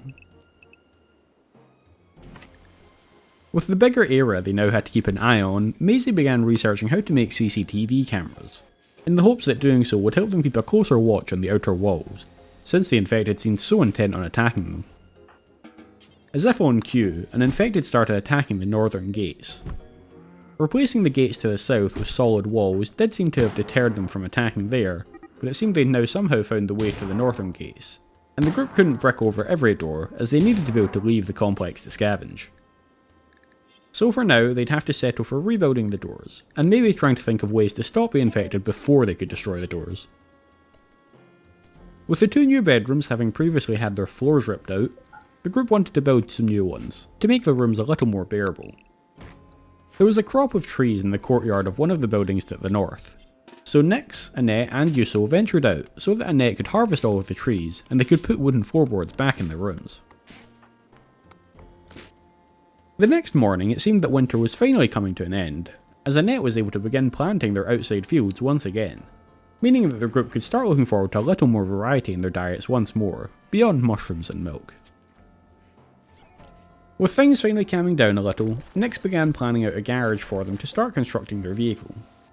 As they still hadn't explored a lot of the new rooms in the western building, they tore down a few walls in one of the rooms they had explored and made it into one big garage. While discussing the issue of their lack of components the night before, Yuso had mentioned that on her way to join them at the complex, she had noticed some damaged chunks of spacecraft on the outskirts of town, and asked Nyx if she thought she could retrieve any valuable components from it. Nyx wasn't certain, but agreed that it was worth a try. So the next morning, Nyx, Maisie and Yuso all headed out to the outskirts of town to see what they could achieve. Much to Nyx's glee, she was able to retrieve a good number of components from each of the chunks, which massively replenished their stockpiles. This was super helpful, especially if the group wanted to build their own vehicle, which would require a lot of components. Running power to the garage, Nyx utilised some of the new components to build a workbench, along with a refinery which would allow them to turn organic material into fuel for the vehicle. With all of this, she was able to start building a list of things they would need to build themselves an armoured truck that could keep them protected whilst they venture out into the world to gather up more materials. With winter survived, their available space more than doubled, a nice little family of yak beginning to grow, and dreams of a vehicle seeming closer than ever, the group ended winter with a little more hope in their hearts.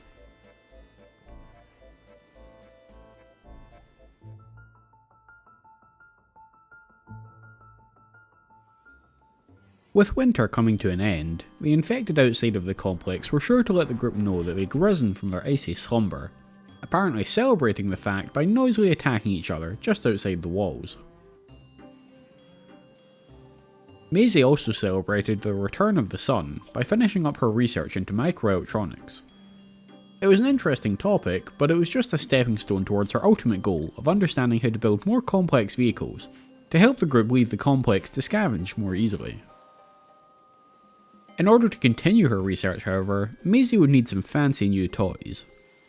Nyx was happy to help her build a new research bench, but suggested moving it into Maisie's bedroom. This would free up space in the dining hall for some more recreational activities, and Maisie's room was plenty big enough to house the new bench. Although they had a nice little supply of components for the new research bench, the group were sorely lacking in steel. So Maisie and Yuso headed out into the streets to keep watch over Nyx, whilst she dismantled more of the old vehicles and streetlights that littered the nearby streets. They worked late into the night and managed to gather together a decent little stockpile of steel chunks for them to melt down. With the warmth of the summer sun had come a massive explosion of fungal growth across the city, including in the second courtyard of the complex. Annette made plans to chop back the worst of it. It could in theory serve as good grazing fodder for the yak, however it also limited the group's line of sight, making it easier for any rogue infected to sneak up on them, which they had no interest in entertaining. Summer also brought with it new travellers. The first group to arrive seemed to have little interest in actually trading with the group, but it was nice for the group just to see other friendly faces, and know that they weren't the last uninfected humans on the planet's surface. Yuso spent the next day processing the steel they'd collected, but despite their initial elation at the amount they'd managed to collect, it turned out they didn't quite have enough to finish off their research bench. It's unclear if it was caused by the news of the smaller than expected steel haul or just the general situation, but whatever the reason, Maisie suffered from a panic attack that day and spent the rest of it hiding in her room. In the interest of preparing for their eventual vehicle and also clearing out the horrid little room that they'd been storing the barrels of feces in, Annette suggested that they start processing the fecal sludge at their refinery to produce some chem fuel, which could be used for a number of things, including powering their vehicles. With Maisie still hiding in her room, the rest of the group wanted to leave her to recover on her own time. So instead of heading out to scavenge more steel with one less person to watch her back, Nyx suggested that she and Yuso begin clearing out more of the rooms off the western courtyard of the complex. The first room didn't contain much, but its proximity to the garage would make it the ideal area to store their new chem fuel supply. Once they'd bricked up the door, pulled up the wooden flooring, and added a new granite door leading directly to the garage, it would be the perfect storage location for the highly flammable chemical. Even if some accident did cause it to ignite, the fire would be contained by the all-stone room. With the infected waking up from their hibernation, it wasn't long before one was bashing on the doors of the complex. Thankfully, a number of the group were in the area working on the garage, so were able to hightail it to the embrasures and put the infected down before it could burst through the doors.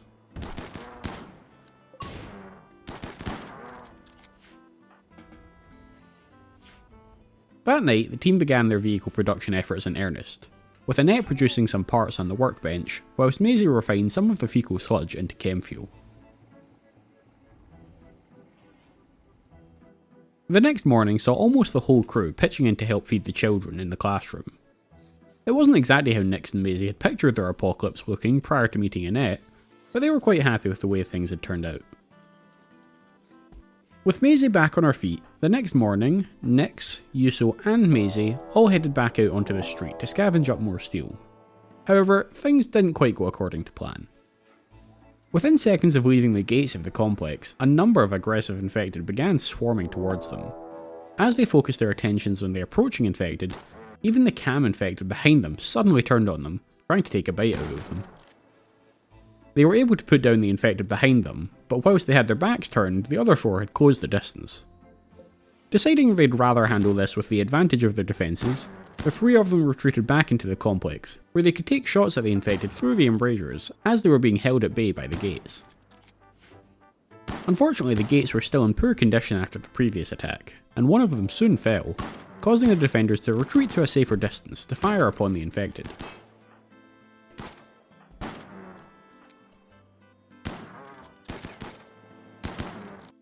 After they downed it, Yuso moved to finish off the infected, intending to clear its corpse out of the way so that they could rebuild the gate. However, as soon as she approached, 3 more infected began dashing towards her. She pulled back once more, and, hearing all of the commotion, Annette also came out to lend a hand to the group. Thankfully, they were able to take them all down before they got close enough to infect any of the group, but the sudden full-scale assault had shaken them. Whilst Nix went to grab the materials to rebuild the destroyed gate, Maisie kept watch for any more infected, and Yuso risked a lung infection wading through the clouds of spores that had been released from the bodies in order to repair the remaining gate, to ensure that it could hold if more infected arrived soon. The group managed to rebuild the gates without further incident, but by the time they finished it was already the early evening and the shadows were getting longer. Scavenging more steel could wait until the sun returned and their nerves calmed a little.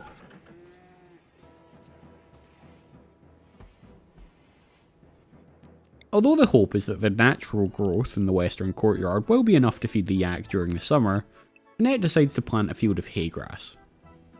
It will provide the yak something else to graze on, and if they manage to get a harvest in before winter, then they can use that to feed the yak during the winter, saving the more human-friendly mushrooms for themselves. And, in the interest of ensuring that the yak don't keep munching away on the group's stockpiled food, they temporarily brick over the animal entrance into the walk-in freezer. The next morning, Nix, Maisie and Yuso all head out to scavenge up the required steel once more. This time they're relatively unharassed by the infected, allowing Nix to work away for a good number of hours whilst the other two ferry the materials back to the complex. By the early afternoon they've returned to the complex victorious, sporting a large haul of steel chunks for Yuso to begin processing. That night, as they're going about their business, another drop pod lands in the city, but this time it lands directly in the centre of the eastern courtyard. After a brief examination to confirm that the sword writhing in pain on the ground is not in fact infected, the group decide to help him. His name is Farash, and he's unfortunately hostile to the group. They decide to sequester him away in their makeshift jail while they nurse him back to health, and hopefully, over time, they can convince him to join them in their efforts to survive this apocalyptic wasteland. As the group rest that night, they realise that the sound of the infected attacking and feasting upon each other just beyond the walls have become the standard sound of the night that they've all become accustomed to. Well, all except perhaps their new prisoner. Locked in his dark little cell, Farash might understandably think that the whole complex was being raided by the infected, given the noises coming from outside his room.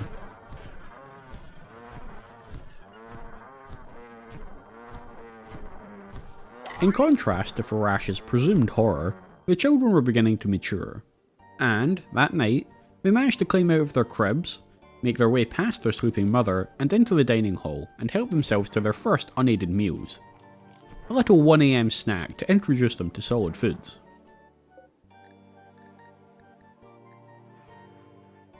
Upon waking in the morning to find that her children had suddenly outgrown their cribs, Annette decided that it was time to decide upon names for them. Nyx had already started referring to one of the children, her favourite one, although Annette didn't plan to share that fact with the kids, Jubilee, and in honour of the bonds they now shared, Annette decided that this should be the child's given name. She named the other two Amelia and Connor, and with that, the complex now had 3 children roaming the grounds. Children who wasted no time in drawing all over the floors of the complex. Yuso made quick work of dismantling the kids' old cribs, so that they could be replaced with real beds. The day rolled by quickly for the group, as they each busied themselves with tasks, whilst also taking some time to interact with the children, even teaching them a little about the tasks they were doing along the way. It was quite a novelty to have the children wandering around, expressing their curiosity for all the goings on around the complex. Of course, the infected were not willing to give the group the day to enjoy this new development, but Annette was also not willing to let them ruin the day. And, as one began bashing on the gate outside, Annette took a break from chatting to Farash to go outside and blast the infected's brain out. Hell, she even took out a couple extra, just for good measure. Aside from that, the day went by without further incident, with Yuso smelting the steel, Annette building the vehicle components, Maisie refining the chem fuel, and the kids traipsing around, watching it all unfold. The next day also saw the start of a slightly more formal classroom lesson for the kids. Annette was trying to get them to develop an interest in topics that would be useful around the complex, such as construction. This may seem like a product of the circumstances in which they were born, but in fairness, had they been born on the farm, they likely would have been schooled in very practical pursuits anyway, so that they could help with the farming duties once they were a bit older. With the constant attacks on the gates, Maisie considered switching her focus away from vehicles for the time being in order to begin researching how to make automated machine gun turrets. The gates weren't super strong, and the group didn't have infinite resources to be able to keep replacing them. If someone was near the gates when the infected started attacking, then they could easily take them down. But the issue was, the longer it took somebody to get there, the more damage the infected could do, and the more the risk was of them completely destroying the gates. If the group could put together some automated turrets at the gates to complement their CCTV, then this could solve the problem for them. Although the group had been growing microthread mushrooms to allow them to tailor their own clothing, Annette figured they should take advantage of the summer heat and the spare room in the western courtyard to plant some cotton too. It wouldn't hurt to have the additional resources to make clothes from, especially with the kids now requiring clothing too, and the whole group likely to need new, warmer gear once winter rolled around again. The next day, some of the group ventured out once more, and were greeted almost immediately by aggressive infected. Putting them down quickly, the group continued on their mission. They were determined to scour the city for any other chunks of the spacecraft that Nyx had previously managed to liberate a lot of components from. The construction of their new vehicle would require a lot of them, and they were already running low. Thankfully, the group were able to find a number of other chunks that had fallen from the ship, scattered across the city. Arriving at each, Nyx made quick work of pulling them apart. They did have to deal with the occasional aggressive infected along the way, but thankfully nothing quite as intense as the previous days.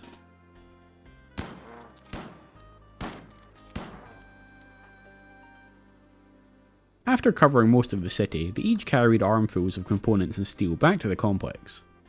It was a wonderful haul, only soured by the knowledge that they'd now searched all over the city, and were confident there were no further ship chunks in the area. If they needed more components in the future, they would need to venture further afield to retrieve them. As they were returning to the complex with their haul, Yuso, clearly away in a daydream, accidentally stumbled directly into the path of an aggressive infected. The infected immediately took a swipe at her face, cracking her jaw. In a state of shock and fear, Yuso began running back towards the complex as quick as she could, while Maisie and Nyx, who had just been a few steps behind her and had witnessed the whole event, began firing upon the infected. Unperturbed by Maisie and Nyx's gunfire, the infected gave chase to Yuso, dashing after her. Thankfully, Yuso's fear-driven sprint got her back to the complex before the infected could catch her, and Maisie and Nyx made short work of putting down the infected before returning themselves. The group were more confident in their understanding of the infection now, so after Annette examined Yuso's jaw, they were all quite confident the skin hadn't been broken and she hadn't been infected, much to everyone's relief. Yuso would struggle to eat for a few days until her jaw had recovered a little, but considering how close she'd come to infection, she couldn't bring herself to be too sad about her eating difficulties.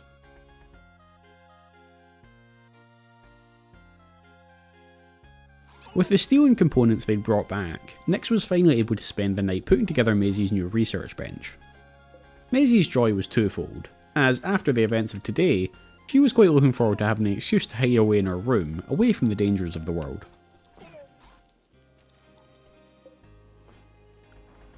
The next day started out blessedly calm in comparison to the previous one, with Annette and Nyx working together to bring in a new harvest of mushrooms and working to replant the grow rooms afterwards. Maisie was working away on how to make gun turrets, feeling somewhat more motivated after the previous day. The kids played and learned together in their room, and Yuso had a long lie, in an effort to give her body the rest it needed to help mend her jaw. Having been the only one to avoid the adventure yesterday, Annette felt it only right that she dealt with the infected when they came knocking. For today at least, the rest of the group had earned a day off from dealing with them. That night, as thunder rumbled overhead, the group got together in Annette's room to enjoy a small party to celebrate their recent successes, in an attempt to offset the stress of the previous day.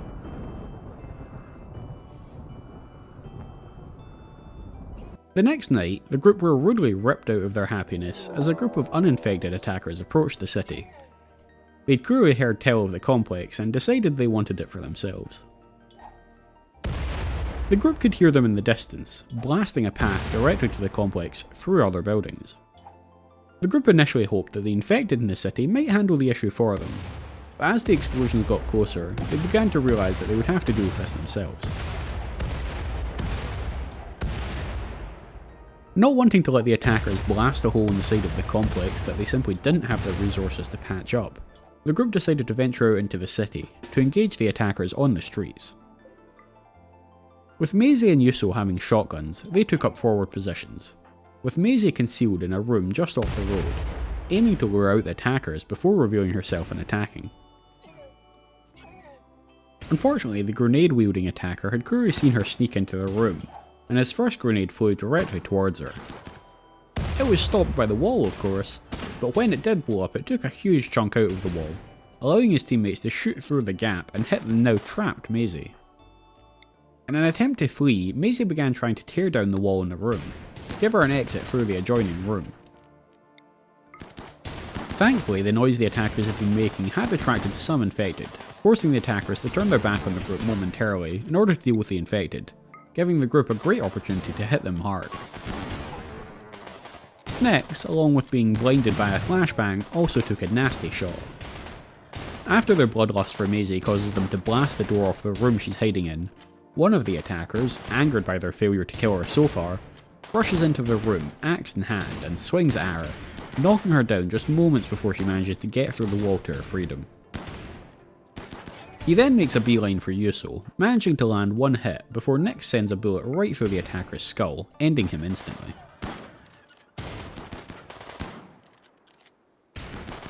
With most of the attackers down, Annette and Yuso advance on the last hostile hiding in a room down the street, whilst Nyx rushes into the room Maisie's in, looking to offer her some help.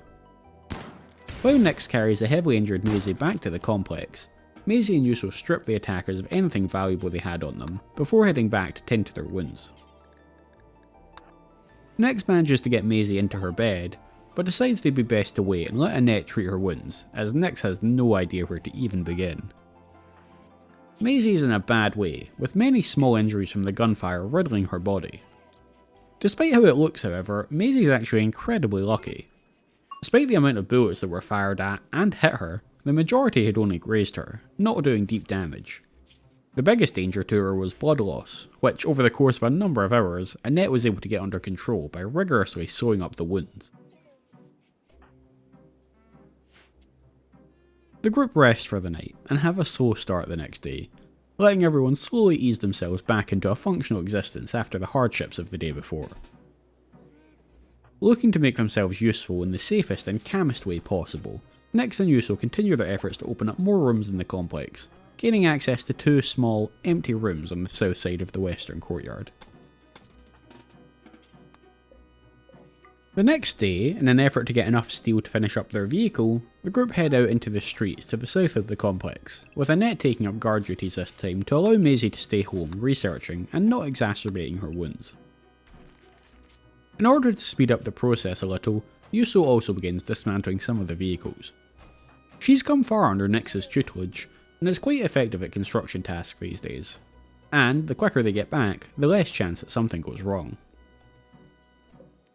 It's a long but blessedly uneventful day, which effectively manages to refill their steel stockpiles. Nyx and Annette finish out the day teaching some lessons to Jubilee and Amelia, although they do both have very different approaches in their lessons. The next day, eager to ensure that they can produce their own clothing, the group use the last of their wood to build a tailoring bench.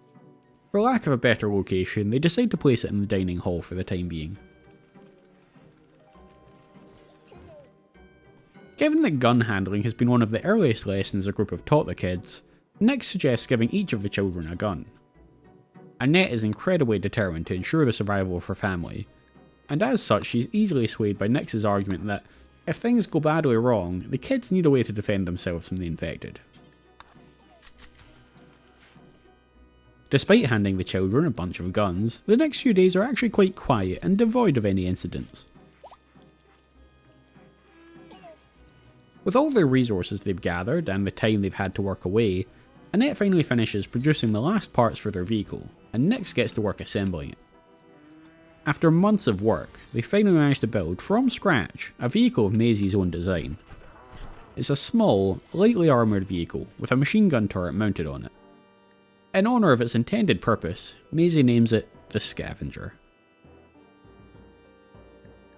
Although it won't be able to carry a massive load, it will allow the group to be relatively safe as they venture out into the city or further afield, whilst also allowing them to haul a relatively decent amount of scavenged materials back to the complex.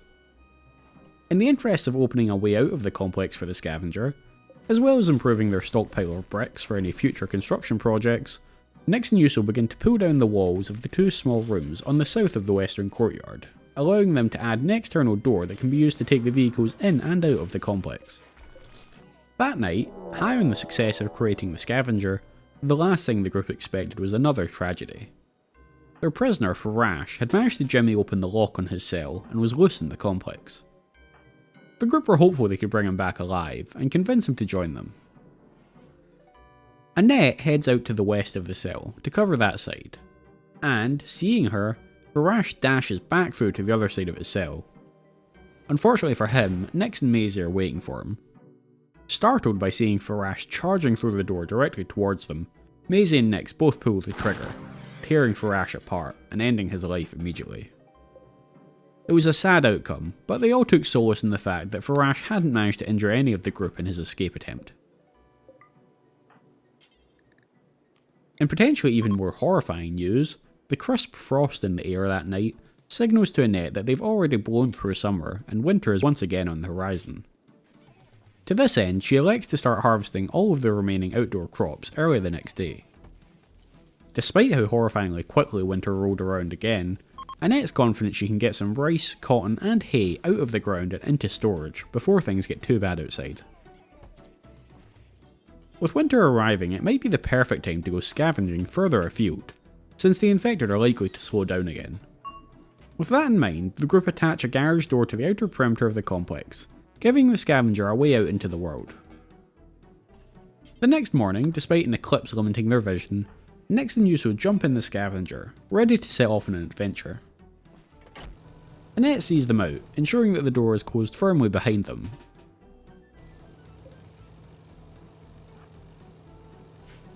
Setting off to the east, they hope to investigate rumours of an old complex that was dedicated to research, just outside the city limits. It sounds like exactly the kind of place where one could hope to find copious amounts of steel and components.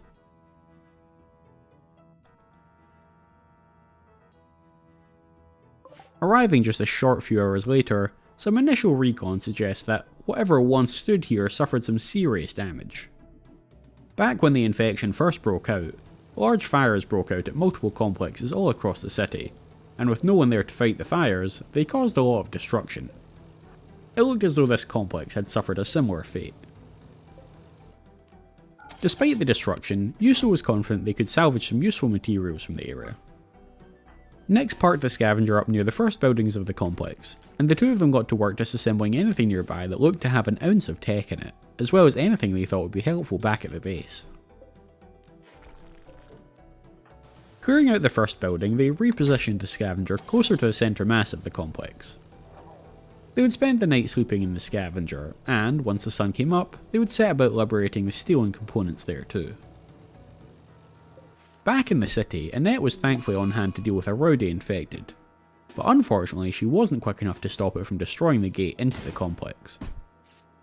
With both of their construction experts out on the mission, it was left to Maisie to try and piece together how to build a new gate. She decided that wood would be the easiest, so went ahead with that, despite knowing how weak it would be at keeping out the infected. She would just have to get Nix to fix it once she returned, but it would hold for now. Back on the outskirts of town, Nix and Maisie were making quick work of pulling apart a mixture of technical workbenches and heaters. They also found a lot of food which had survived the fire, and, seemingly thanks to the winter, hadn't yet perished. After dragging all of their new resources close to the scavenger, they found themselves in the difficult position of trying to decide what to take and what to leave. The scavenger was great at keeping them safe and getting them places fast, but its carrying capacity left a little to be desired, so there was no way they could take everything. They'd already gathered up some components and a poker table from the first building, and in the end they decided to take the additional components, a machining table, some clothing, a couple of good quality chairs for the dining hall, a pile of jade that they thought might be worth trading, and as much herbal medicine as they could fit in the scavenger. It was a wonderful haul, and they were very excited to get it back to the city, but they were also very aware of the fact they were leaving behind a decent stockpile of usable steel, along with months worth of food. They may have to come up with a new solution to ensure that they weren't letting any resources go to waste if they were to go on more of these missions. But with that, they headed home, considering their first excursion outside of the city limits to have been a resounding success. Arriving at the complex, Annette let them in, and they unloaded their haul in the garage. The next day, Yuso used some of the Molotov cocktails they'd brought back from the excursion to try and clear up some of the bodies that had built up outside the complex. They were a pretty ghastly sight, and probably a hazard too, so a little fire seemed like a good call.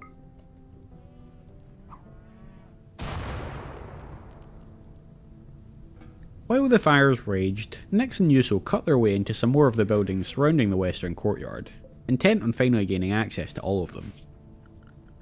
Given their previous experience, they didn't expect to find much of use, but at least securing the rooms gave them options on how to utilise the space. It's not long before Maisie's flimsy wooden door is bashed down by an infected, and Yuso narrowly avoids taking another hit from them. With the help of the legendary gunslinger Annette, they're able to take down the infected before it can corner Yuso and take another swing.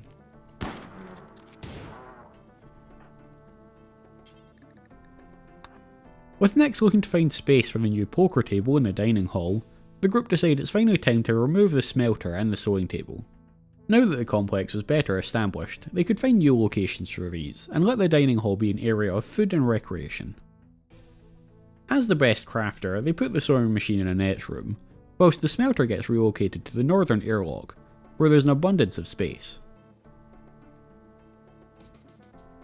With the gates still being regularly assaulted, Nix is determined to update their defences. To achieve this, she'll need additional bricks though, So, together with Yuso, they begin dismantling some of the walls in the new rooms they've uncovered. With those bricks not proving to be quite enough, however, they tear down another wall, and, with sadness in their heart, tear up the fancy stone flooring in one of the rooms they found, in order to repurpose the bricks. With the bricks obtained, Nyx plans out another series of embrasures, and a second set of doors into the complex. This way, they can still see out with the CCTV, and if an infected starts to attack the gates, the group will have plenty of time to reach the defences and take them down before they actually get into the complex, as any attackers will now need to work their way through two separate doors. As the group sleep that night, a frost descends upon the city once more. They're well and truly in winter once again. This time though, they have plenty of heat sources, plenty of food stockpiled, and even have the fabrics required to produce extra clothing if they need the additional warmth. Things are certainly looking better for them this year than they were the previous one. The group start the first day of frost by putting down an infected bashing at the doors. So just a standard day for them at this point. Perhaps less standard is the arrival of a group of uninfected travellers at the entrance to the complex, who look to have something to trade. Annette ventures out to greet them, and along with some of the silver they have stockpiled, trades them a bunch of the excess weaponry the group have lying around, in exchange for some medicine. Later that day, Nyx and Yuso make the momentous achievement of finally gaining access to all of the rooms of the expanded complex. A longer process than anyone had initially envisaged, but a good one to have completed nonetheless. With the kids already feeling the cold, probably part of their sordid blood, Annette planned to make each of them a little parka to help fend off the cold, and finally put their microthread fibres to use.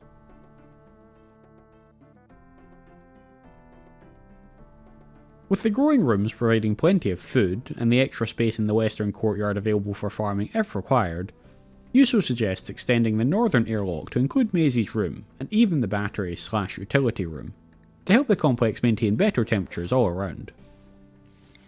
With the airlock extended, Yuso also made the wild suggestion of finally adding a second toilet, just so that there weren't queues forming each morning with all 7 of the group trying to get access to relieve themselves. A few days later, with winter now in full effect, the group decided it was a good time for Nyx and Yuso to venture out of the city once more. With the cold arriving, most of the infected would be incapacitated, so they could theoretically move around a bit more freely out there. They were heading out to investigate an old mining site in the mountains, about half a day's drive from the city. One of the travellers they'd encountered mentioned it, and said there might be some valuable stuff there if they could get to it.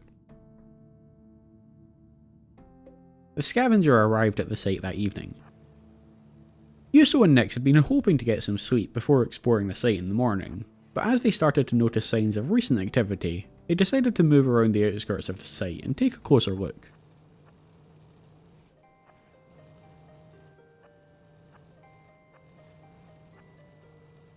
Approaching from the south, Yuso is still alert enough to see a group of uninfected humans rush towards the scavenger with their weapons drawn. From her position in the gunner's seat, she trains the scavenger's machine guns on them and opens fire. Struggling to see what's going on in the darkness, Nyx starts driving in circles, hoping to at least confuse the enemy and, if she's lucky, maybe run a few of them down with the vehicle.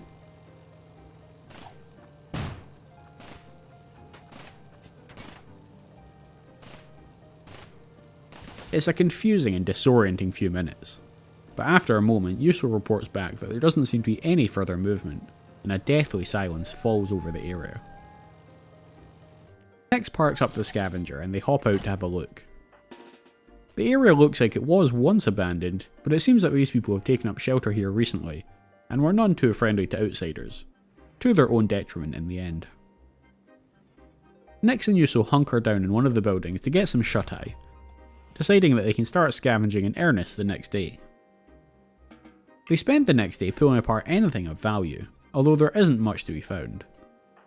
As night descends and they start thinking about leaving, a pair of wolves emerge from the shadows with hunger in their eyes. The two of them escape into the shallow water nearby, hoping it will slow the wolves long enough for them to get a few shots off.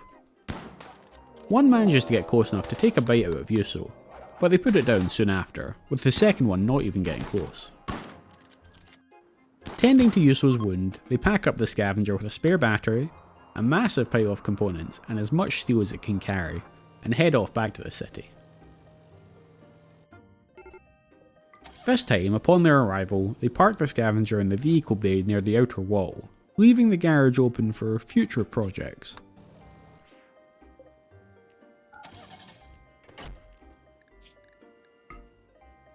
And speaking of future projects, Maisie finishes up one of her most anticipated projects yet, the multi-analyzer. Once they build one of these, she's confident she can figure out all manner of new technologies. And all they need to build it is some plasteel and some gold. Should be easy. Right?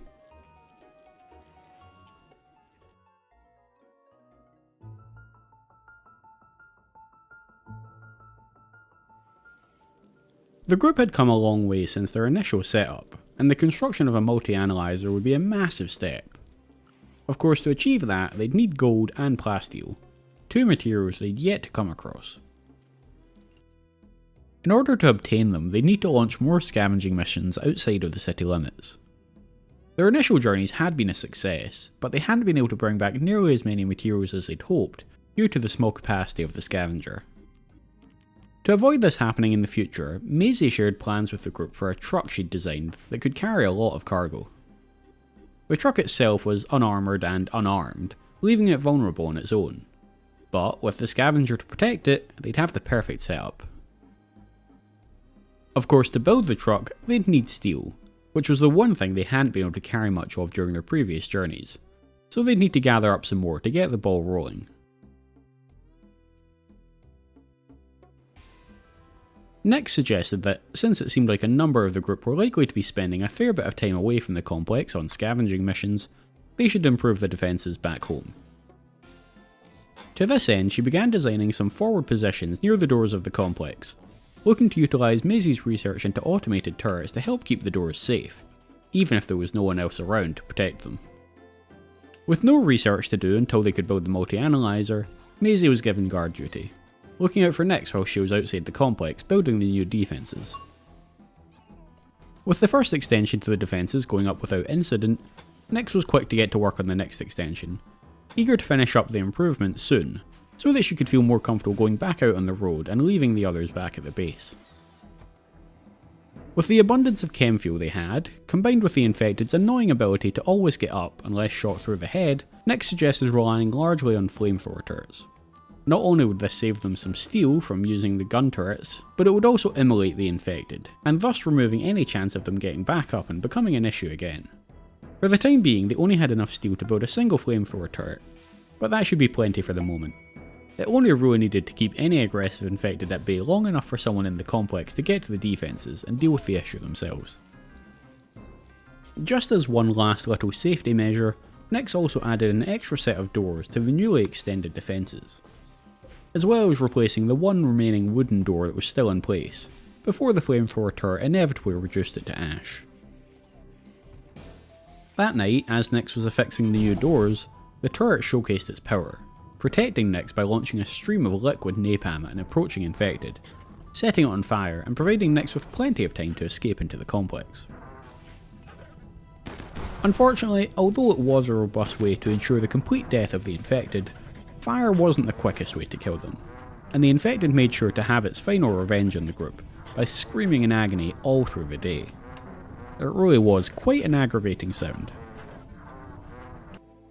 Not wishing to head out on another trip outside the city until they had the truck, Nyx and Yuso ventured out into the streets once more to liberate more steel for their stockpiles.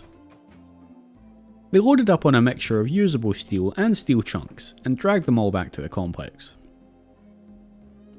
Igniting the smelter, Yuso got to work liberating the usable steel from the chunks. Although she turned the smelter off at night before going to bed, simply using it during the day had meant the batteries hadn't been able to charge enough during the day to allow the power to stay on all night. It was clear that improving their power supply would need to be top of the list once they managed to collect more steel. With the complex relying heavily on solar power and the days becoming shorter as winter progressed, they would need to be storing as much power as possible during the days, in order to ensure that the complex could stay heated through the long winter nights. With the steel from their adventure around the city streets barely making a dent in the truck's construction, it became apparent that they'd need to head out in the Scavenger to grab enough to make good progress. And so it was that Nix and Yuso saddled up again the next morning, and set off for a nearby encampment that they'd heard rumours about, hoping to find a large haul of steel for the group. Back at the complex, the new turret wasted no time in showing off its usefulness to the remaining members of the group, whilst also ensuring that they simply wouldn't get a moment's peace all day.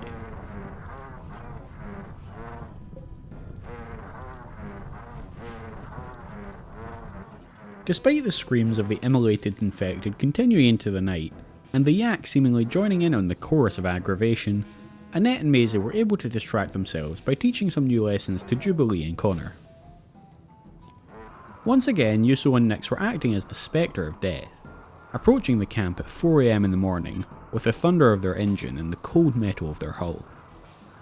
The camp appeared to be controlled by the Toxoid rig, a faction of survivors who were immediately hostile to the group. Yuso knew how to deal with them though, and turned the cannon on them in the darkness of the night. The small arms fire from the members of the Toxoid rig did little to deter the Scavenger, and it ripped right through a number of them. Feeling it was relatively safe and wanting to investigate further, Nix and Yuso disembarked and ventured deeper into the camp. They had to deal with one more member of the faction the old-fashioned way. And following this, were forced to aggressively dismantle a turret. After that though, the area seemed secure. What wasn't secure, however, was Yuso's insides, as the turret had managed to land a few shots on her before they took it down. Nix managed to patch her up though, and they soon got to work dismantling the camp to salvage its materials. It seemed as though the people in the encampment had had some sort of vendetta against the local bears, and had stacked their corpses high in one of the rooms. It really was quite the sight to behold. The camp wasn't overflowing with resources, but with a solar panel, a battery, some steel floors and some steel gibbet cages, they would be able to salvage a nice haul of steel at least. Unfortunately, as the night progressed, Yuso's condition became worse, and it became clear she'd contracted an infection.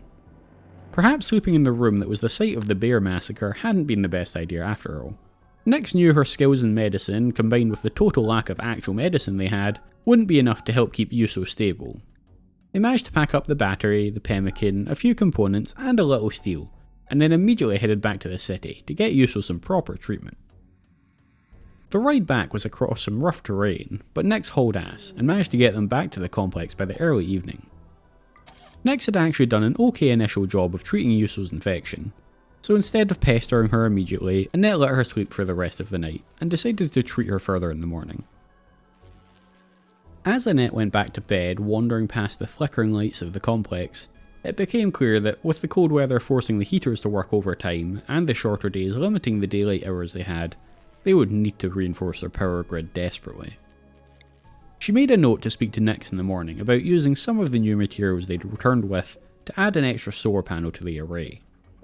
Following some additional treatment the next morning, it looked as though Yuso was in a good position to beat the infection, much to everyone's joy. She would need a little longer in bed, but would likely make a full recovery in time. At the gates, the turret was showing off that it could identify all targets, as it bellowed a stream of flames at a nearby Arctic fox, which clearly looked at the turret the wrong way. With the temperatures dropping overnight to minus 33 degrees, Nix wasted no time building their new solar panel that morning. And with the increased energy production that allowed, they also installed the new battery they'd recovered from the encampment, to ensure that they could store enough power to see them through the nights. Later that day, Yuso's body did indeed build up a resistance to her infection, and surviving the bullet wounds and infection left Yuso feeling ever more steadfast. With the extra steel from the recent expedition, Annette was able to get back to producing parts for their new truck once again. Still keeping an eye out for gold and plasteel for their multi-analyzer, Annette rushed out from the complex to try and trade with some travellers out in the street. Unfortunately, the dangerously low temperatures had forced the travellers out of the city soon after they arrived, leaving Annette running through the streets too slowly to catch up with them. The steel from the expedition had certainly helped, but with the solar panel and an extra heater eating up some of it, they didn't quite have enough to finish off the truck. Determined not to have to leave more steel behind on their next expedition, the group were motivated to collect steel from the city to finish the truck before their next adventure. As such, with Maisie and Yuso as guards, Nyx ventured out to the south of the base to collect up as much steel slag chunks as she could. Once Nyx starts heading back with armfuls of steel, Maisie decides to grab some more, and in the interest of making their return safer, Yuso pops open the garage door in the south wall to give Maisie a quicker path back to safety. They managed to gather up plenty of chunks for Yuso to begin processing the next day. Early the next morning, the group are contacted by another survivor wandering the city who wishes to join their group. Eager to help who they can, and also somewhat selfishly wanting additional help around the complex for when the expedition team are away, the group happily accept, and Shakan joins the group. Shakan is unfortunately a pacifist, so won't be much help on the expeditions, but her cooking skills and intellect will mean she can help keep things moving at the complex whilst the others are away. To make a new room for Shakan, they moved the batteries into a new room and repurposed the battery room into a bedroom, since it was already part of the heat compartment at the north of the complex. Nyx starts outfitting the new room with a bedside table and a chest of drawers, not wanting to leave their new friend wanting for creature comforts. Unfortunately, building the bedside table and the chest of drawers meant she didn't have enough wood to build a bed afterwards. In the interest of making Shakan's room nicer, they also relocated the fecal sludge storage from the adjoining room into the chemfuel storage area, keeping dangerous items together, and also keeping the fecal sludge closer to the refinery where it was being processed. With no bed options, Nyx decides to create a comfy sleeping bag for Shakan. It's not exactly as good as a bed, but it'll be cozy enough to last her for a while. Although having Shakan sleeping on the floor wasn't enough incentive for the group to leave the complex to cut down some trees, realising that they needed wood for the bed of the new truck was. And so Annette, Nyx and Maisie ventured out to the courtyard of a nearby building to allow Annette to fell some lumber for them. With the lumber secured, Nyx was finally ready to put all the pieces together to create their new truck. Adding the last part, Nyx unveiled the truck to the group in a ceremony where she crowned it the Tugboat, on account of the role they had envisioned for it as a hauling device for their expeditions. Eager to put the truck through its paces, the whole group pitch in the next morning, with Nyx and Yuso taking up their usual spots in the Scavenger, Annette manning the garage door, Shakan stalking the vehicles with meals and fuel for the trip, and Maisie, since she still didn't have the multi-analyzer to continue her research, hopping in the truck to take it out for a spin. The added benefit of Maisie's participation was that she would finally get to satiate that wanderlust of hers. The expedition team were heading for a mining site that a group of traders had told them about, as it would be the perfect place to load up on steel. It would also give them a chance to test the truck both on and off the road.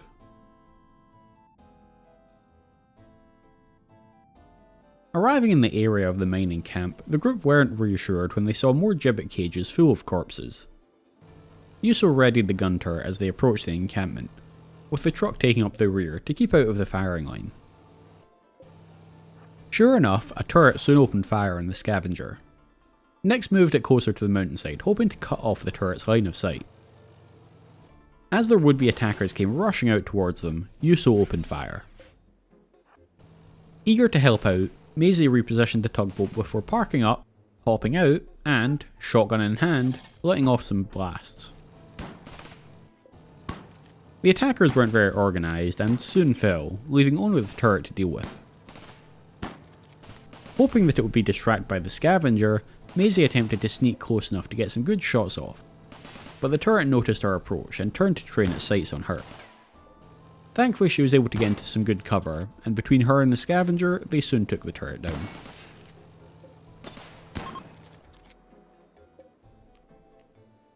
With the area secured, Maisie went back to grab the tugboat and move it closer, to make loading it up easier, whilst Nyx and Yuso disembarked and began exploring the encampment. Commandeering the beds of some of the people they'd murdered mere moments earlier, the group settled in to get some sleep, deciding that they could start scavenging the remnants of the camp in the morning.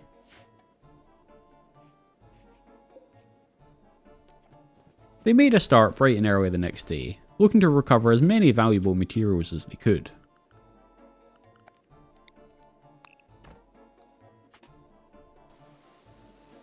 In their exploration, they also ended up uncovering a room full of angry boar, which immediately charged at Maisie. Thankfully, Nyx and Yuso could easily hear her shrill shrieks of panic, and managed to get out into the field in plenty of time to put the boar down, before they could do any real damage to Maisie.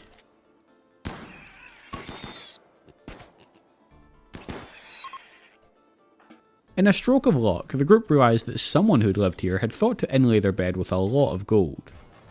Ripping it apart, they realised they had more than enough here for the multi-analyzer. They'd still need plasteel, but this was a huge step and a massive stroke of luck. Having spent the whole day scavenging, the expedition team decided to sleep here one more night, and the following morning, they packed up their haul. Although they'd only managed to liberate a handful of components, having the truck with them meant that they'd been able to return with a monster haul of steel. With everything loaded up, they began their journey back to the city. Things had been blessedly quiet in the city during their absence.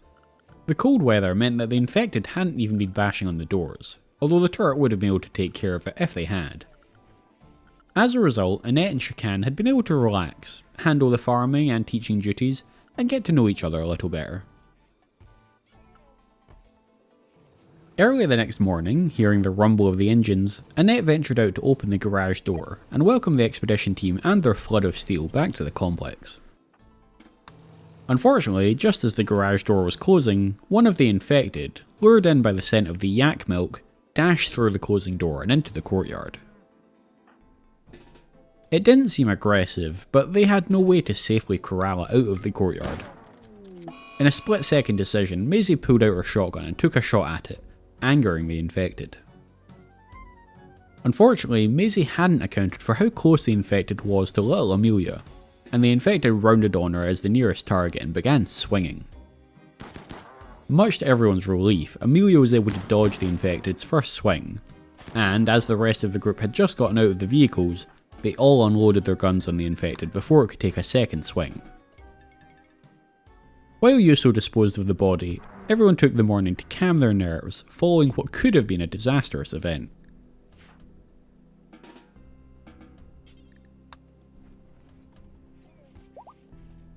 With the abundance of steel that they now had, the group added yet another solar panel to their array, in the hopes that it would mean they'd never have to worry about power again, even in the deepest days of winter. As well as this, they also added additional turrets to the defences. It had always been the plan to have a few turrets, but they'd previously been limited by their steel supplies. Of course, as soon as the group began to feel secure in their power supplies, a moon decided that it was the perfect time to occlude the sun, plunging the whole planet into darkness, and once their batteries ran out, the complex too. With a collective sigh, the group reassured themselves that the eclipse wouldn't last that long, and after that, they'd never need to concern themselves with their power situation again. It wasn't long before the new turrets got a chance to warm their barrels, and the group added the sound of these new turrets to the list of sounds that they would need to get accustomed to in this apocalypse.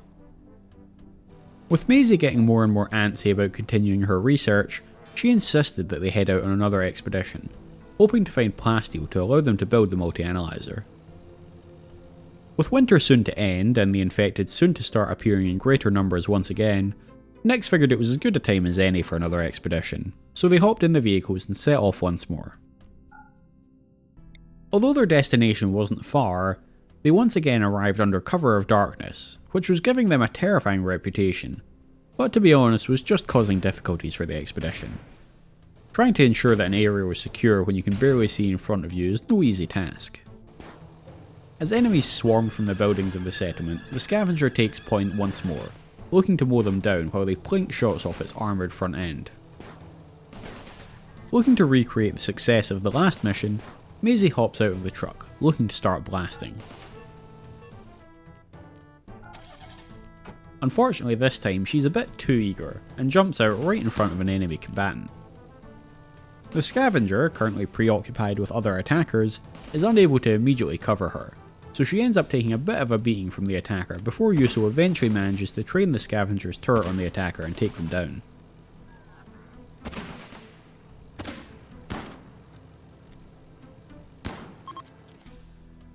After the shooting has calmed down, Yuso and Nyx hop out of the scavenger to begin examining the area and tending to Maisie's wounds. Plasteel is their primary goal, but it's a rare material, so they don't expect to find... That was the thoughts running through Yuso's head, seconds before she wandered into what must have been a hospital, which was completely filled with hospital beds made almost entirely of plasteel. Even before everything went to shit, this would have cost an ungodly amount of money for anyone. Never one to look a gift horse in the mouth, however, Yuso decides to accept this gift from the universe and starts dismantling the beds to reclaim the plasteel. Although the scavenger has some light armour at the front, which does wonders for protecting the occupants, it's far from invulnerable, and as such usually requires a fair bit of repair work following each confrontation. As Maisie began to explore the camp, Nyx got to work patching up the damage from the attackers. After a bit of a snooze overnight, the expedition team get to work pulling apart anything of value. They're becoming quite skilled at the process, and make quick work of it, and in no time at all, are packed up with a bunch of pemmican, components, steel, plasteel, and even a few advanced components into the vehicles. Whilst trying to load the vehicle, a couple of local otters take exception to the group's presence and decide to try and attack them. But it turns out that otters don't compete too well with firearms.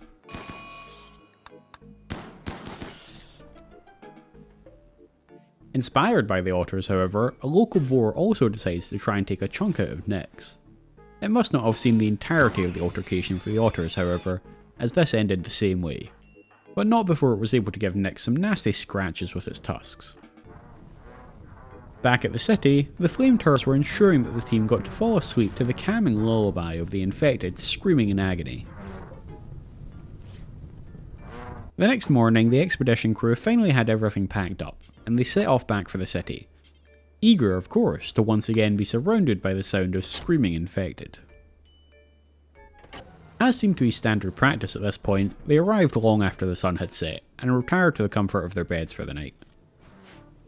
Thankfully, despite the late hour of their return, they were back in plenty of time to catch the last notes of the slowly burning infected's lullaby.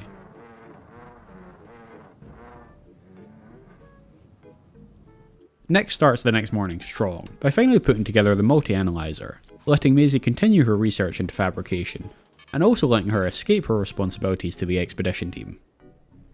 She'd been happy to get out of the city, but the excitement had worn off after the hit she took from that attacker, and now she was quite looking forward to hiding away in the safety of her room once more. As a little gift to the group, and to celebrate their newfound resource abundance, Yuso put some of their resources toward building a TV in the dining hall, so that the group could enjoy some nice pre-recorded TV with their meals. The following day, the good news continued, as Annette informed the group that it was finally warm enough to begin planting crops outside again. The eastern courtyard had largely been taken over by infrastructure, but they were sure to plant some potatoes and rice there nonetheless, to ensure a little variety in their food supplies. With everything going well, the young Jubilee was starting to become a real optimist. A weird outcome for one growing up in an apocalypse, but Annette was just pleased to see her kids growing up happy. In fact, in the interest of promoting such happiness across the whole group, and also making the courtyard feel a little less industrial, Annette suggested planting a small field of daylilies, just to beautify the place a little. With her new facilities available, Maisie wasted no time launching straight back into her studies. She was even taking the time to explain some of her work to the kids while she went, hoping to inspire a desire to learn in them too. The group had done an excellent job of protecting the complex from the infected thus far, but they were conscious of the dangers in opening the garage door. It required someone to manually operate it, and although they'd been lucky so far, all it would take is for someone to open it whilst an angry infected was waiting outside for them to have a disaster on their hands. To minimise this risk, Nyx suggested adding some defences to the south of the complex, next to the garage door. These would take the form of another flamethrower turret and a CCTV camera. That way, the turret could deal with any rowdy infected, and the camera would let the group know if it was clear for them to open the door and head out. With Maisie, Yuso and Annette standing guard, Nyx was quick to throw up the embrasures to secure the new area. Adding the new defences also meant needing to run a wire from their power grid all the way over to that side of the complex, but they weren't short on steel anymore, and it would give them more options for how to handle any issues in the future if they had proper wiring all through the complex. With the weather warming up, the infected were becoming more active again, so it wasn't long before the new defences got a test run. In fact, all of the defences were soon very hard at work. Spring really did seem to be the most dangerous time, as all the infected began to thaw and start seeking out food. For almost 3 whole days and nights, the complex's defences are in a state of constant readiness, launching bullets and gouts of flame on a regular basis.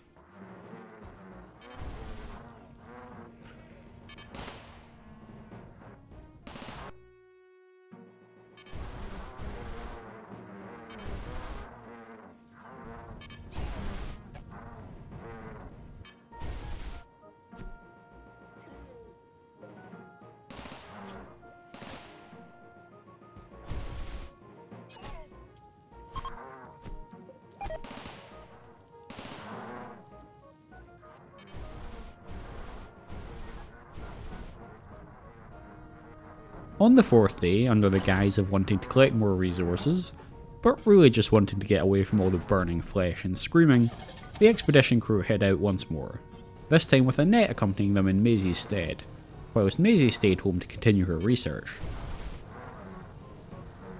The crew head off to an old hunting site out in the wilderness, hoping to find some more supplies that they can use. By some miracle, they actually arrived at this site during the day, so we're actually able to see what they were doing when the residents inevitably decided to shoot first and ask questions later. Of course, shoot first was a contentious choice of words, given that the most advanced weaponry the residents seemed to possess was the bow and arrow. Whilst the scavenger carried on ahead, Annette parked up the truck and hopped out to provide supporting fire with her revolvers. They had the area secured in no time, and began picking through the ruins. To her surprise, Annette soon came across a psychic emanator in the ruins, a remarkably high-tech piece of kit for such a primitive group. Discussing it with Yuso, they figured that perhaps the residents had blamed technology for the current apocalypse, and as a result had locked away any of their advanced tech, favouring Neolithic living instead. With a shrug, they decided to take the emanator, which could be used to psychically improve people's moods back in the complex.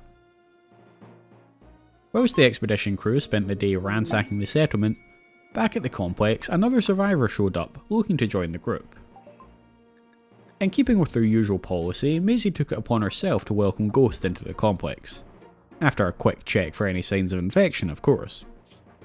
Ghost seemed quite social, knew her way around farming, and thankfully unlike Shakan, wasn't afraid to handle a gun, even if she wasn't very good at it. Looking to give the group more options, Maisie began planning to add more doors to some of the buildings in the western courtyard, to let them expand their usable buildings, and allow them to set up a new bedroom for Ghost. When packing up the caravan to head back, the expedition crew elected not to take any of the human meat they'd found there, but having found it, they did let themselves feel a little bit better about mowing down the poorly equipped residents of the camp. What they did take was a load of pemmican, medicine, steel and plasteel, as well as the psychic emanator. The expedition arrived back a little later that day, their return covered by a group of travellers who had oddly decided to set themselves up in the most bloody and gore-filled street in the city. And the street soon proves why it's covered in so much gore, as the travellers, along with some help from the complex's turrets, fend off encroaching infected. Immediately showcasing the helpfulness of wiring up more of the complex, the group decide to set Ghost up with a room in the newly wired section of the complex. Of course, as well as the infected, the group can't forget that this very planet seems to hate their existence, as a cold snap sets in on the area, immediately destroying their outdoor crops. This is especially concerning in light of their dwindling supply of mushrooms in the freezer. In order to combat this, they decide to turn one of the rooms on the west side of the complex into another mushroom grow room, tearing up the floors, adding heaters, and an airlock. To help support the additional heaters, they also add additional solar panels, although they should have plenty for anything they could possibly need in the future.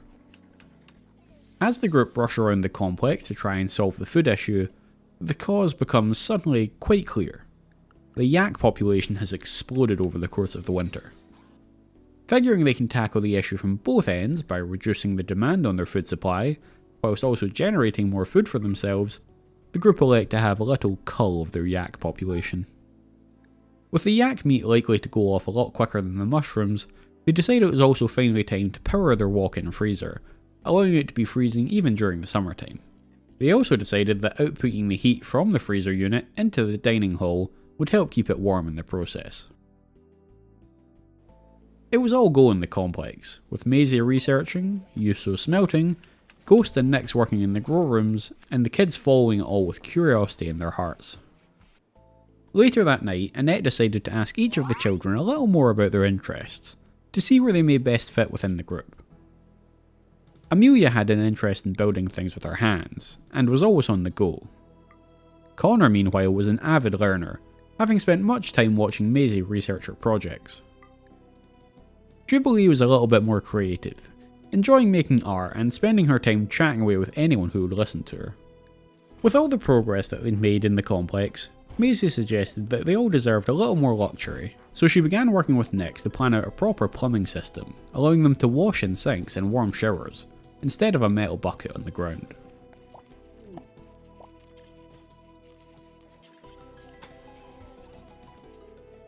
Although Annette had never given up hope that Skelding was out there, it had been almost 3 years without any contact, and her hope was low. Shakan in the meantime had managed to woo Annette, and the two decided to try being together. Although we can't rule out that Shakan's primary motivation was being able to sleep in a real bed, instead of the sleeping bag she was still stuck in. But the group built the couple a double bed in Annette's room for them to share. That night, Maisie announced to the group she'd progressed her research, and was about ready to begin what she thought was going to be her biggest project yet, one that they were all very excited to see come to fruition.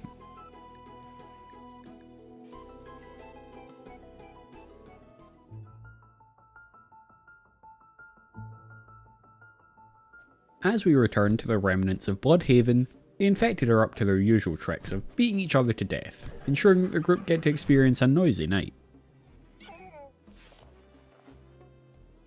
With the group having grown and having extra chefs available amongst the group, they decide that it's time to add an extra task to the chef's list. From now, any meat they find will be cooked into pemmican. Meat was a bit of a luxury for the group, with pretty much their only source being their yak herd. Turning this meat into pemmican would allow them to store the food indefinitely, even if their freezer got full up of other goods. With the summer heat still in the air, the whole complex was a buzz of activity, with all of the group busying themselves with their tasks. With both the tugboat and the scavenger now in action, the group were eager to get good use out of them and began building up their stockpiles of advanced materials, such as steel, gold, plasteel and components, all the things they might need for any future plans. Unfortunately, the only site they were currently aware of nearby was rumoured to be an old logging site. They could find some use for wood, but they didn't need it that badly. However, eager to be as active as possible in their resource collection and stockpiling, the group decided to send an expedition anyway. At the very least, there would hopefully be some equipment they can dismantle for more advanced resources.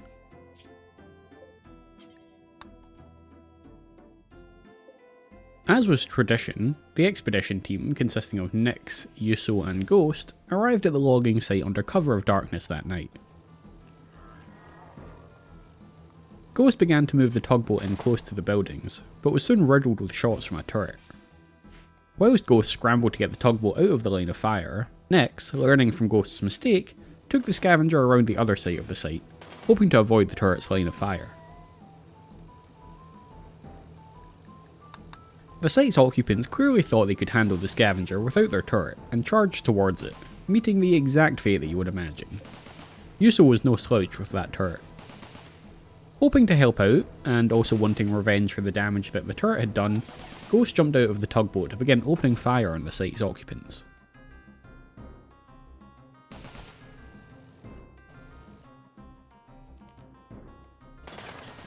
With the attackers approaching Ghost from behind, the scavenger repositioned to cover her position.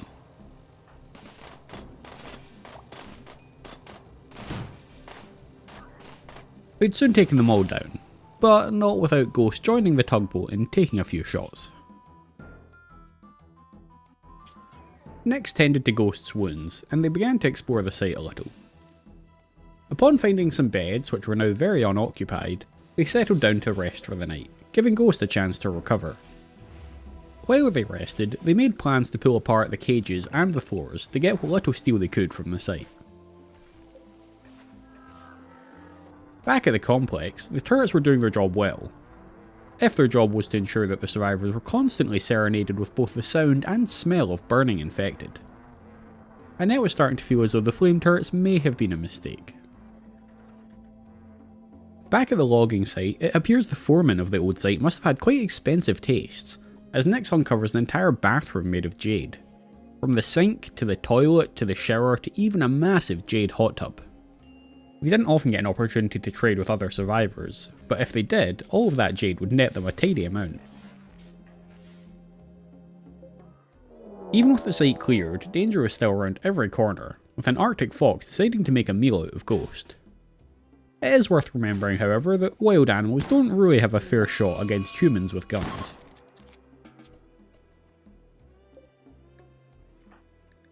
The expedition had to spend another night at the site in order to finish pulling apart everything that they wanted. By the end of that evening, however, they were able to pack up and start heading back.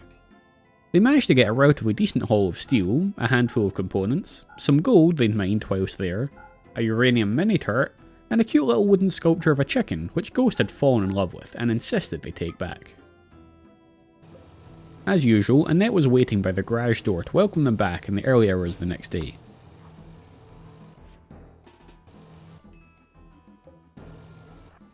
After a little rest, the group start the next day by putting away their new resources, moving them from the vehicle bay into their crowded and somewhat unorganised storage room.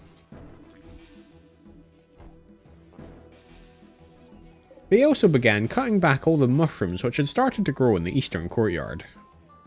As they do so, the turrets at the entrance come alive, taking out an aggressive infected charging at a group of survivors milling around the entrance to the complex.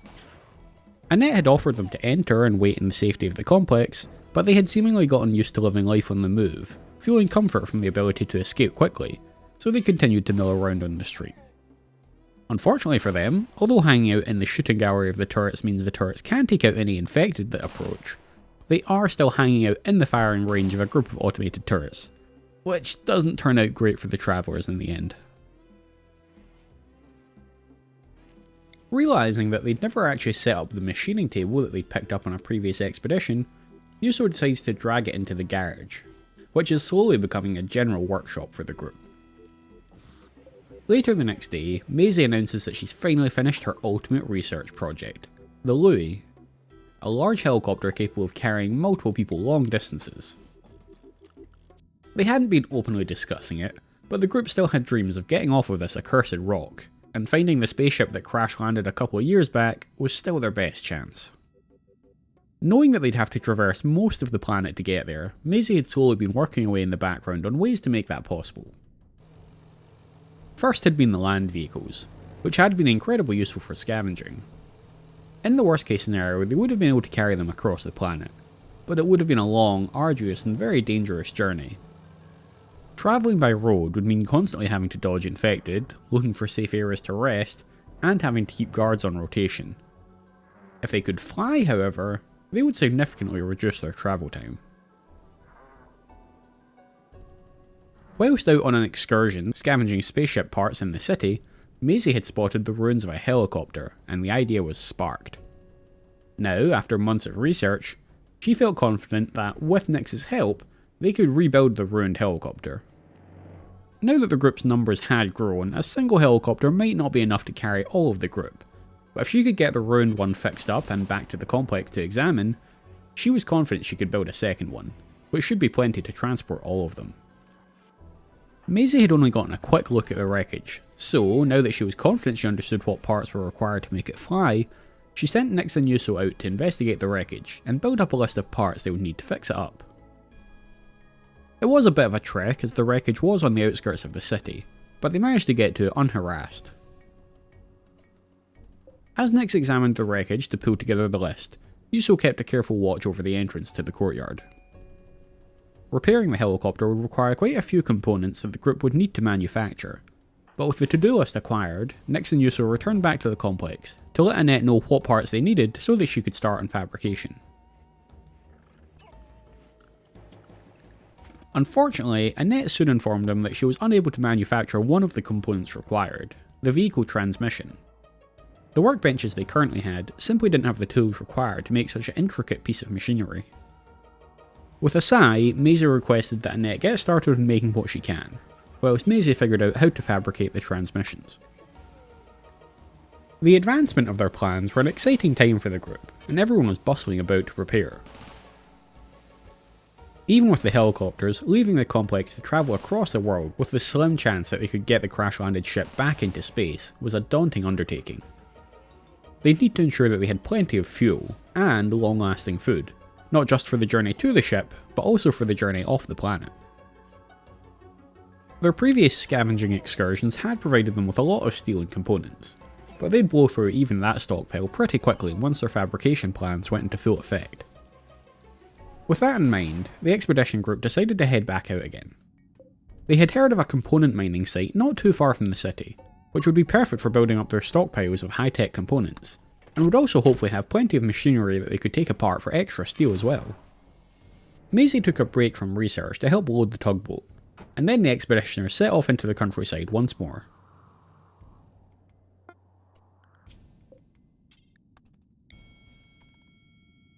Whether drawn in by the sound of the departing vehicles, the knowledge that the complex was less defended now, or something else entirely, a number of aggressive infected started running at the entrance to the complex. Thankfully, the defences at the gate were more than capable of handling them at this point. Arriving at the encampment, Yuso wastes no time spinning up the gun turret on the scavenger to start taking out the occupants of the camp. In an effort to help without putting herself in too much danger, Ghost opts not to jump out of the tugboat, but instead engages ramming speed and drives straight over some of the locals. It's not immediately clear if this has actually done more damage to the locals or to the tugboat, but she feels good that she's helped out. She feels less good about the fact that she took a few gunshots in the process. It turns out a flimsy metal and glass shell doesn't really provide much protection from bullets. While Ghost pulls away to get out of the firing line, Nyx repositions the scavenger between the locals in their turret and the tugboat, allowing the scavenger's more armoured sides to tank the incoming fire. After a bit of back and forth with the turret, it meets its end in a glorious fireball. With the area secured, the expedition team hop out of the vehicles. Whilst doing an initial scout, they discover a massive Mega Wolverine lurking nearby. Sick of defeating armed attackers only to be accosted by hungry animals, the expedition team decide to be proactive in dealing with this potential future issue.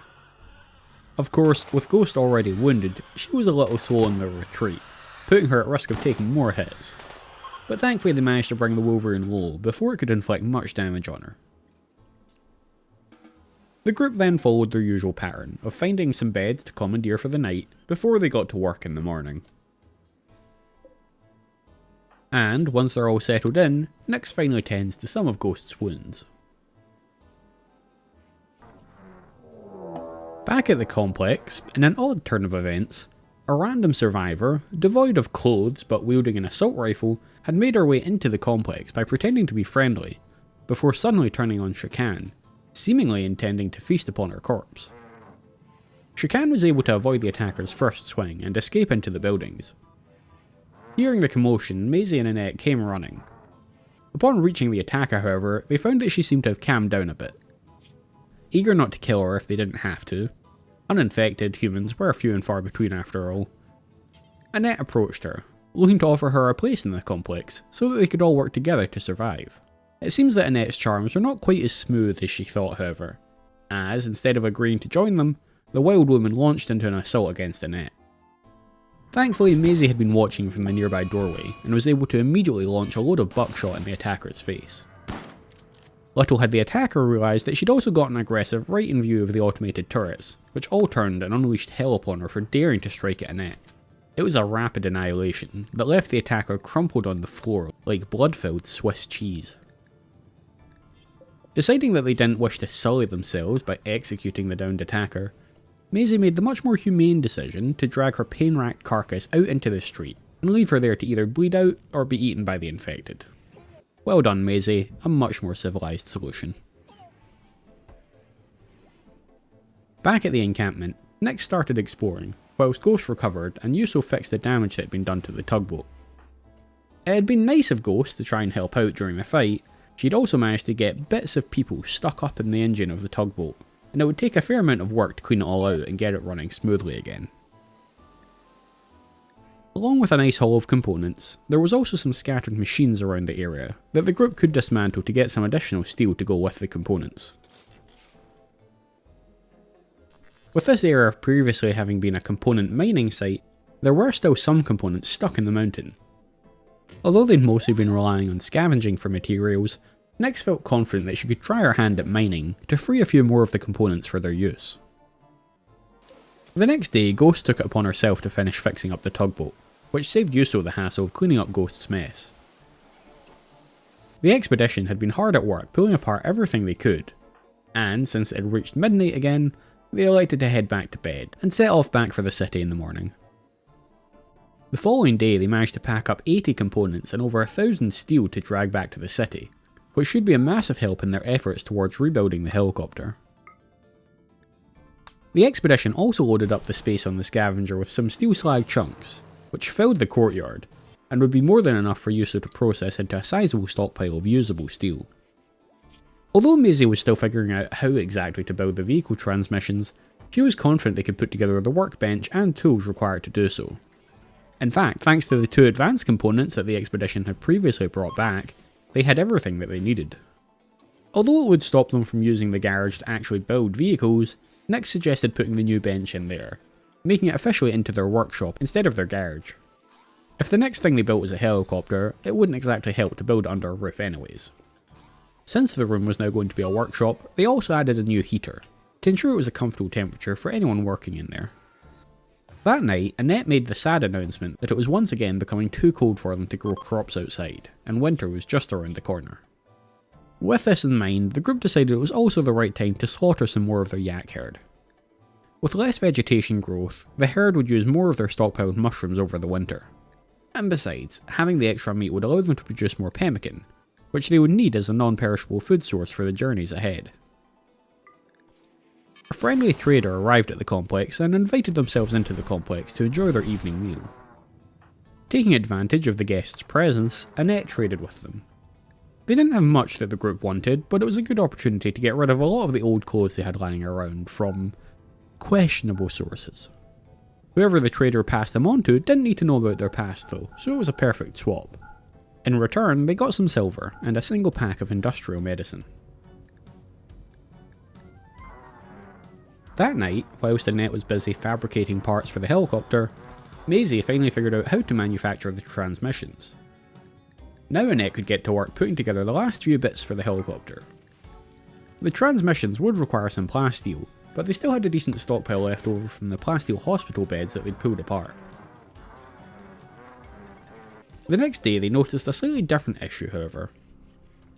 Creating the wiring for the helicopter required 4 wiring kits, which each required 10 gold. Sadly, with only 2 created so far, the group only had 15 gold left, meaning that they were going to be 5 short for the first helicopter, and would need even more if they wanted to build a second. Sadly, gold wasn't super common. They need to keep an eye out for opportunities to get more. The next morning, just such an opportunity presented itself, with a group of traders arriving in the street to the south of the complex. With the temperatures in the negative and Annette determined not to be left chasing traders through the streets as they tried to escape the cold, she hauled ass to get to them as soon as the group spotted them. Much to her disappointment, the traders not only didn't have gold, but had absolutely nothing of interest to the group, nor were they even interested in purchasing anything that the group wanted to sell. The trader recognised the disappointment on Annette's face and asked what she'd been looking for. Annette explained that they were looking for some gold to make some wiring. In a stroke of luck, the traders said they'd heard of an old gold mine up in the mountains nearby. So, after a brief stop just outside the complex to protect Annette from an angry infected, the expedition set off once more, aiming for the old mine.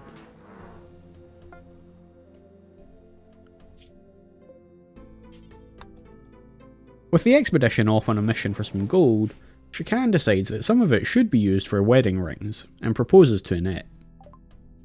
It's been a bit of a whirlwind romance, but then life moves at a different pace when there's danger surrounding you every minute of the day. Annette accepts, and they begin making plans for the celebrations. Unaware that their gold collection mandate has now been expanded to include jewellery, the expedition team arrive at the gold mine. As the residents flood out to attack the expeditioners, Ghost gears up to ram them with the tugboat. Before immediately remembering what a mess she made of things last time she tried that, and about turning to get away from the fleshy machinery destroying bodies of the residents.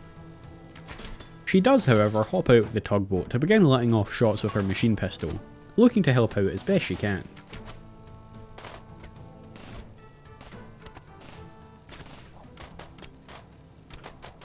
It takes a minute, but they manage to clear out the encampment. They begin to explore, uncover a nice stash of gold and not much else. It seems that the encampment was quite a basic construction, mostly just a few small sheds for people to sleep in. They utilise the sheds for that exact purpose, and the next morning, deciding it isn't worth the time to extract what little steel they can from the floors, they simply pack up the gold and a handful of pemmican that the residents were surviving on, and head back to the city. Arriving home that night to a welcoming symphony of screaming, immolated infected, the group now had more than enough gold to finish up the wiring for the first helicopter. Annette still needed to create another transmission and some more suspension units, but the only thing holding them back now was her crafting speed. The next couple of days were a nice lull in the action, as the group awaited the fabrication of the required components and got on with other tasks around the complex. From vehicle maintenance, to crop harvesting and planting, to teaching the kids some new skills. The only notable event was the arrival of another group of traders to the south of the complex. They didn't have much of interest to the group, but they did have a vehicle suspension which would cut down on the amount Annette needed to make. Plus they were very interested in the group's fabrics, which they had way too much of anyway and were happy to part with, in exchange for some silver to fill their coffers. In order to speed up the progress, and because she had little else to do at the moment, Yuso also pitches in to help fabricate some of the parts, allowing Annette some more time to spend with the kids in the mornings.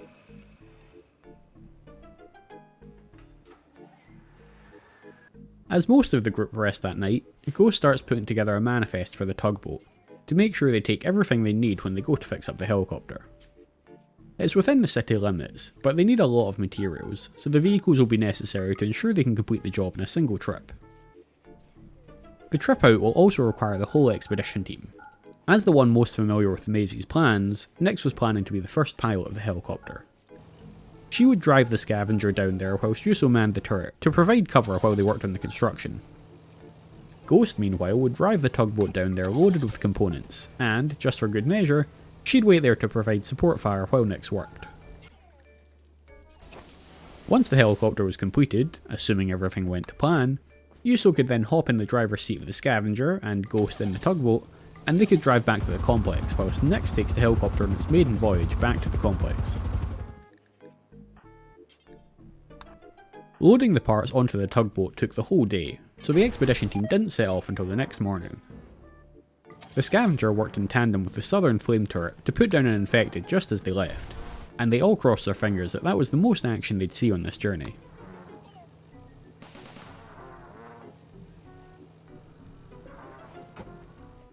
The scavenger went on ahead to clear the way and dropped a few of the components, before the tugboat arrived and offloaded the rest into the area near the wreckage. Ghost then moved the tugboat out onto the street and hopped out, gun in hand, to keep watch whilst Nyx got to work on the chopper. It took all day, but Nyx eventually finished fitting all the parts, and they officially had a helicopter. Misunderstanding Maisie's references to it as a Louis helicopter, Nyx decided to name it Louis, thinking that was what Maisie had wanted. Excited to fly Louis back to the complex, they suddenly realised that despite her best plans, Ghost had forgotten to pack any fuel. They weren't exactly comfortable leaving the helicopter on its own out here, but it was late and trying to fly for the first time on little sleep in the deep of night after an exhausting day just didn't seem like a great call. So the expedition team headed back to the complex to get some sleep, whilst a number of the group pitched in to load up the scavenger with chem fuel to deliver to the chopper the following morning. That morning, Nix and Yuso headed back out into the city, chem fuel in hand, to power up the chopper.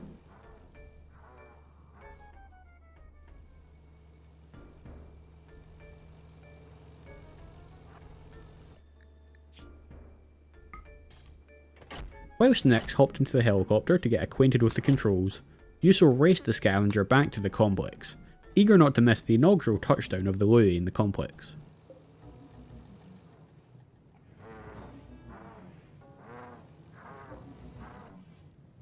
After a few deep breaths, Nix spun up the engines and crossed her fingers. With the whole group gathered in the courtyard, Nix brought the Louis to a gentle stop in the centre of the area, to a round of cheers and applause from her waiting friends, and a couple of frightened looks from the confused Yak. And with that, they'd taken a huge step towards hopefully escaping from their predicament. Spirits were high as the group spent the night partying and letting themselves feel hope and excitement once more.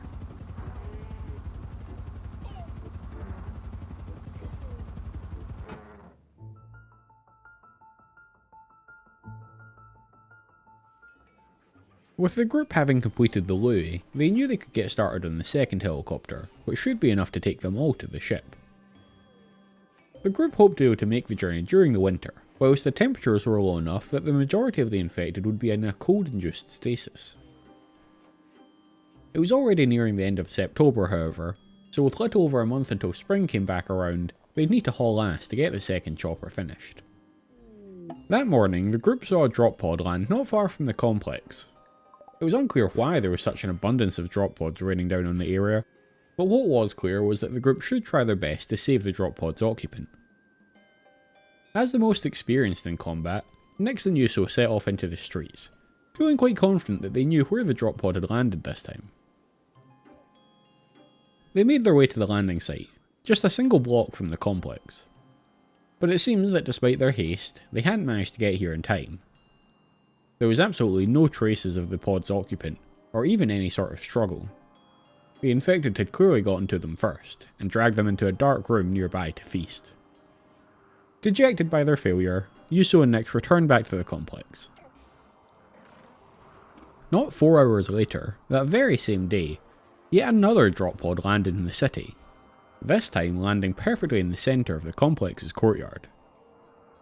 Excited to maybe be able to help another survivor, the group rush over, only to see that the pod's occupant appears to be completely infected.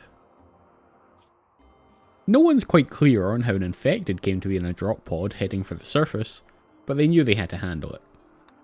Yuso did the deed, coming in without hesitation to finish off poor Jean-Luc. They offer him the respect that they can afford, which is to say that they dump his corpse outside of their line of sight, off in the street. With their disappointment for the day doubled, the group knew they had to start working on the second chopper, to give them some sort of a win for the day. Annette began throwing together a list of all the vehicle parts they would need to construct the helicopter, but the crux of the matter was, they were going to need a lot of steel and a lot of components. To counteract the depression of the day, the group all got together that night to eat some dinner and enjoy some games. With the kids being older now, they were able to be greater help around the complex. Unfortunately, they were also becoming harder to keep control of, as Annette was about to find out. Whilst walking past the defences earlier in the day, Amelia had noticed that some poor, half-consumed soul had dropped a very nice looking SMG outside the complex. Eager to get herself a fancy new weapon, Amelia waited until night fell and snuck out past the defences to liberate the SMG from the cold dead street. She thankfully managed to complete her short excursion without encountering any issues, although she was likely to have an issue once her mum realised she was suddenly carrying around a completely new weapon. The following morning, as Yuso was out doing some maintenance on the turrets, she heard a suspicious bashing sound coming from the walls outside. Just as she was about to investigate, however, a rapid round of shotgun blasts to the south of the complex suggested that she'd be better waiting inside the defences. It seems that one of the nearby factions of survivors weren't too pleased with the group ransacking their encampments, and had decided to try and put an end to them. Yuso quickly alerted the others, and all of the adults, aside from Shukan the pacifist, made for the entrance, looking to defend the complex. The first attacker had unfortunately outranged the flame turret to the south, and caused it to ignite. There wasn't a lot to burn down there, but since Shukan wasn't helping with the combat, she was ordered to rush down there and put out the flames before they could destroy the CCTV camera. The group took up defensive positions, and as the first attacker approached, sharpshooter Annette landed a quick hit. As she had a shield built, Annette moved forward, looking to take up a closer position in a nearby doorway, which would in turn allow Nyx to take up her current position and let off some shots too. With both Nyx and Ghost joining in, they made quick work of the attacker. With no signs of follow-up attackers, the group decided it may have just been a lone gunman, and made their way back into the complex. Of course, it couldn't have been that attacker who was bashing on the wall earlier, as he'd been at the south of the complex. The bashing started again, only this time the attacker got bored and made their way to the entrance instead. Not wanting to concern the whole group with it, Yuso went out to offer some supporting fire to the turret. But in the end, sharpshooter Annette struck again, joining in the fight just long enough to land a single shot, which immediately took down the attacker. Seeing that the attacker had been toting a heavy SMG, Annette fancied grabbing herself an upgrade too. Like daughter, like mother. She ran out to grab the SMG, but just as she got her hands on it, she saw a number of other attackers rounding the outside corner of the complex. Looking to get the help of the turrets, Annette pulled back into the complex. However, the first attacker of this new wave ripped right through the group's first turrets with his chain shotgun, putting the fear in Annette. Yuso, Nyx and Maisie made their way over to help out, but Nyx quickly takes a hit. With a number of the attackers wielding chain shotguns, any hit is a massive risk. Nyx pulls back to get away from the fighting, while a massive explosion rings out behind her. It turns out that one of the attackers had an explosive belt rigged to blow upon their death. It caused a large section of the workshop's outer walls to crumble, but thankfully mostly did damage to their own teammate. Unfortunately, the last remaining turret in the complex also decided to explode upon death, setting Annette alight. In the scrum, Maisie and Yuso had also taken a number of hits, and things were starting to look dicey. Ghost and even the kids got drafted into the fight to help out. Annette was being consumed by flames and hit the ground. Maisie, bleeding out herself, decided to play the hero and rush over to Annette to put out the fire and try drag her back to safety. Connor and Amelia had taken up a position in the battery room, where a damaged section of the wall allowed them to try and weave bullets out through the gap to hit an attacker.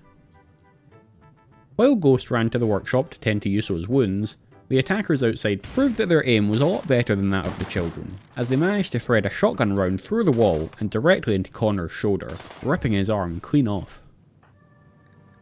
Jubilee manages to scare off the attacker, whilst Nyx tends to herself, and Maisie finishes off her hero arc by getting both herself and Annette back to safety. With that, Jubilee grabs her newly one-armed brother and begins dragging him back towards a safer section of the compound. Being unable to fight or administer medical care, Shukan was feeling a bit useless, but seeing some components on fire, she decided that she could put them out to save the resources and prove herself useful to the group. Naturally, running straight over to the defences when there was still an attacker there, actually saw her riddled with buckshot in moments, rendering her immobile. And worst of all, she didn't even manage to extinguish the components. Recently patched up Yuso and Ghost exited the workshop, with Yuso charging to grab the downed Shukan, and taking a few extra hits in the process. As thanks for her help, Ghost also got quickly downed, leaving only young Amelia to hold the fort. The attacker had broken a gap into the workshop, so Amelia opened the door and stood guard, waiting for the attacker to show their face and hoping she could take them out before they got her.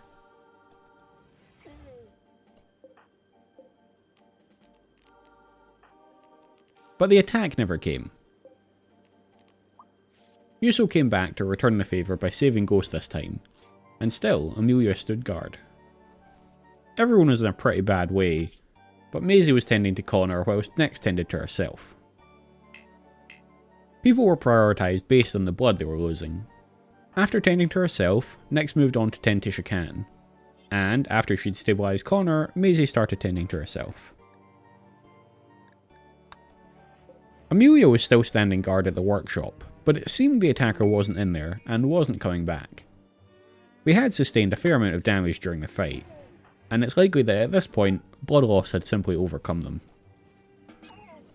With that realisation, Amelia put down her weapon and went off to rest. With Shakan stabilised, Nyx moved on to tending Ghost. Things had looked bad, but with some good prioritisation of treatment, it looked like everyone should pull through. Although Ghost was given the extra special gift of an infection in her leg, just as a little treat. Assuming she survived her injuries, they could worry about the infection afterwards though. Maisie and Nyx worked into the small hours, tending Annette and Yuso respectively. Just as they were about to collapse from exhaustion, another sound came from the entrance, but this time it sounded a lot friendlier. A sword named Cracksman, seemingly uninfected, was asking for refuge. Hoping to make up for the two they'd lost from the drop pods, and also quite happy at the prospect of having someone to pick up the slack around the complex whilst everyone else was tending to their gunshot wounds, Nyx and Maisie were only too happy to agree, before immediately retiring to their beds for the night. Despite taking multiple beatings during the fight, Yuso was the first one back up and at him the next day. She immediately made plans to start patching up the holes in the outer walls. The last thing they needed was a flood of infected finding their way into the complex whilst half the group was bedbound. As well as planning to rebuild the old turrets, Yuso also planned to put some turrets further out into the street. Having the attackers use the corners of the complex itself as cover had annoyed her, so she wanted their turrets to be able to riddle anyone who even entered the street. They also decided not to rebuild the flame turrets. They wanted to conserve their chem fuel for the cross-planet flight, and saving their eardrums from the immolated infected wouldn't hurt either. That afternoon, a check on Ghost revealed that she'd been faring quite well against her infection, although she'd likely be stuck in bed for the foreseeable future. With Amelia and Jubilee being some of the lucky few to get out of the situation unscathed, although they had thrown themselves into the thick of it, they wanted to help out more, so Shakan set them to cleaning up the entire complex, trying to wash away the pain of the night before. Following some pretty poor quality treatment from someone who shall remain nameless, Ghost's infection got a lot closer to being a disaster than it had seemed, but thankfully in the end she was able to beat it back.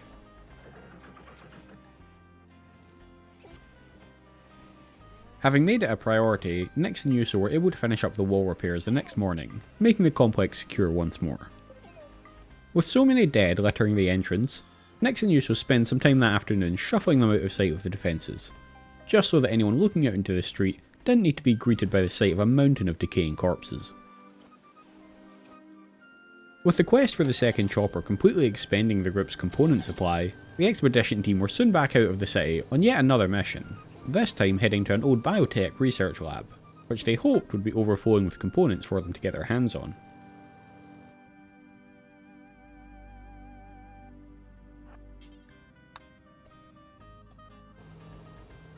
After a tactical nap in the vehicles just outside the biotech lab, the expedition team rise bright and early the next morning to begin their scavenging. Unable to get the chonky tugboat close, Ghost parks up a distance from the lab and follows the scavenger on foot. Deciding that if there are any defences they would likely be in the entrance hall, the expeditioners decide instead to simply tear down a wall in the side of a random room and make their way into the lab.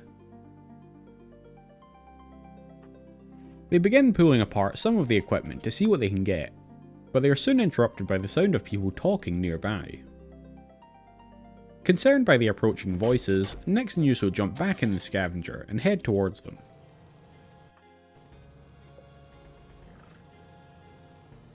Sure enough, as soon as the owners of the voices spot the scavenger, they begin lobbing what appear to be exploding toxic mushrooms towards the vehicle.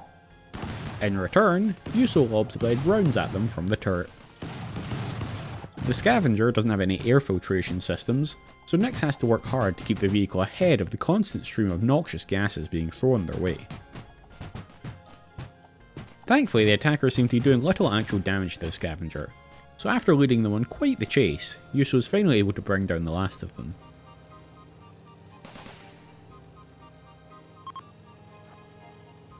Realising that their position is now known, the expeditioners decide to quickly clear the building, hoping they might find a massive stockpile of useful materials they can load up on and be on their way. Sadly, after a thorough search, no such stockpile makes itself known, so they're forced to begin dismantling things to see what they can recover.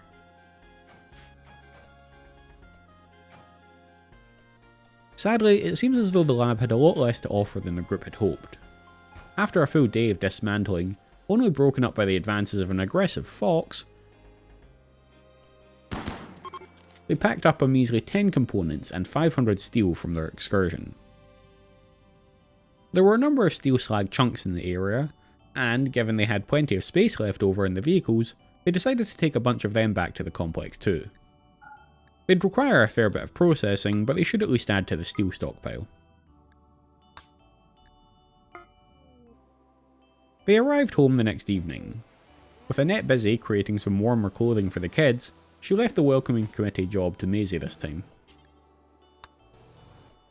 Seeing their poor haul of components, Maisie suggested that it was time that they start making some themselves. It was a time-consuming and tedious task, which required a little bit of steel, but in the interest of getting out of here before spring, the group agreed it was a good idea, and decided to start fabricating their own components. Some progress had been made on completing the second helicopter, but there was still a long way to go. Crafting the components was not a quick process, and was only likely to take longer if they were resorting to fabricating their own components. The next morning though, the workshop was a veritable hub of activity, with Yuso building the vehicle parts, Annette crafting the components, and Maisie stirring big piles of shit until it turned into chem fuel. The helicopter may still be a bit off, but the excitement of getting out of their predicament was giving a lot of life to the group, and they started the next day full of energy. There was a chance, of course, that the crashed ship was useless to them, but they'd all quietly agreed not to give that thought any space in their brains, and continue onwards as though this was the solution they needed. Raxman was making herself useful too. Eager to earn her way onto the ship, she'd spent the last few days processing the steel slag chunks that the expedition group had brought back, ensuring their steel stockpile stayed full. Running the smelter so much had caused the complex's batteries to drain quite considerably, but they figured that as long as they remembered to turn it off at night, they should be fine. And, the moment that that thought was put out into the world, an eclipse rolled around, wiping out the vast majority of their power generation. Looked like their progress might be slowed down even further.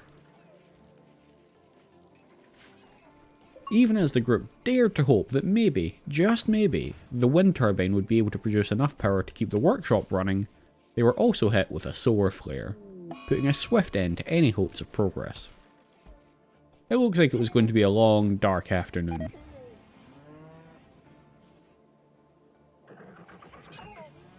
Blessedly, both the eclipse and solar flare had ended by the following morning, and work could continue once more. Things continued like this for a few days, with the workshop working flat out to get as much work done as possible. In amongst the stress and hard work, Shakan and Annette were still finding a lot of joy in each other's company, which was helping to lighten the moods of the rest of the group too.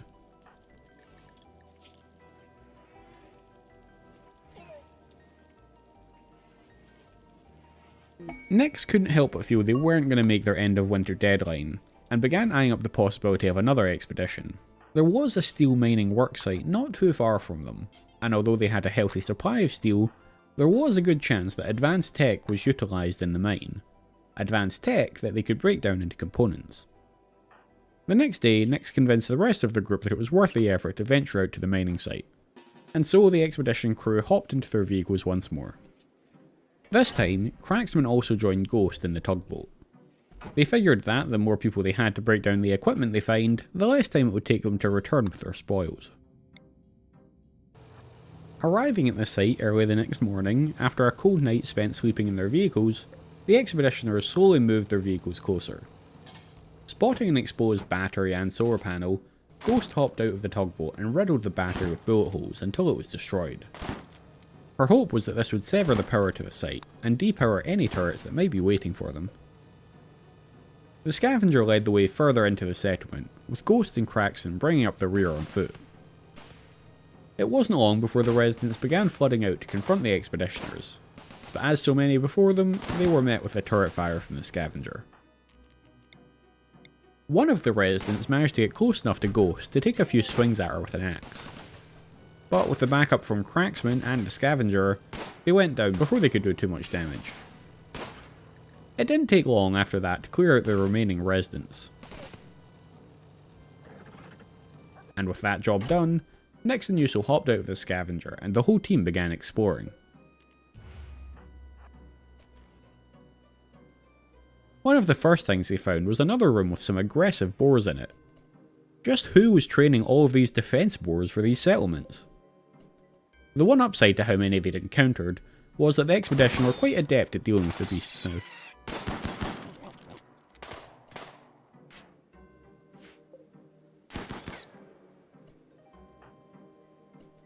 Continuing to explore, they soon find the all-important sleeping room.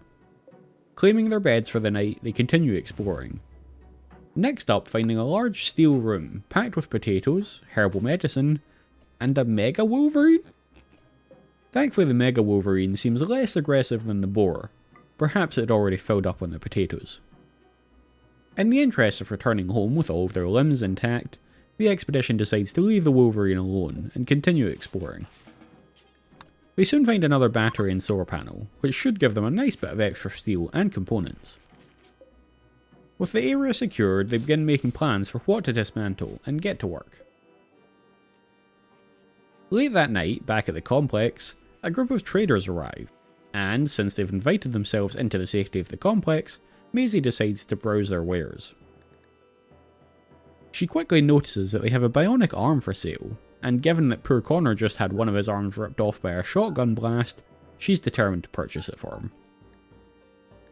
It's a tough negotiation, but Maisie's eventually able to secure the arm, in exchange for a couple of their yak, a hefty quantity of their gold, and some of their plasteel.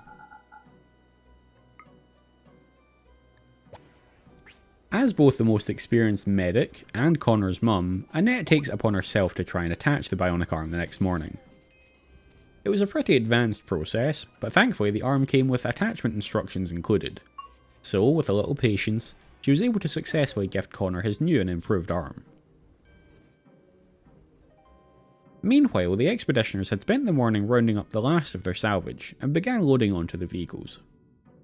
They'd managed to gather a respectable 18 components, 1300 steel, a massive stack of potatoes and herbal medicine, and even a machining cabinet to help speed up the work on their vehicle components. While Annette busied herself teaching Amelia in the workshop, the expedition returned with their haul, so she ventured to the wall to let them in. The next day, the workshop crew were back at it, working hard throughout the whole day to try and get the helicopter finished. Unfortunately, they were already behind schedule, with April May rolling around once more, and bringing spring with it. The temperatures would soon rise, and the infected would begin to stir once more. The following day passed relatively uneventfully, until the early hours of the next morning.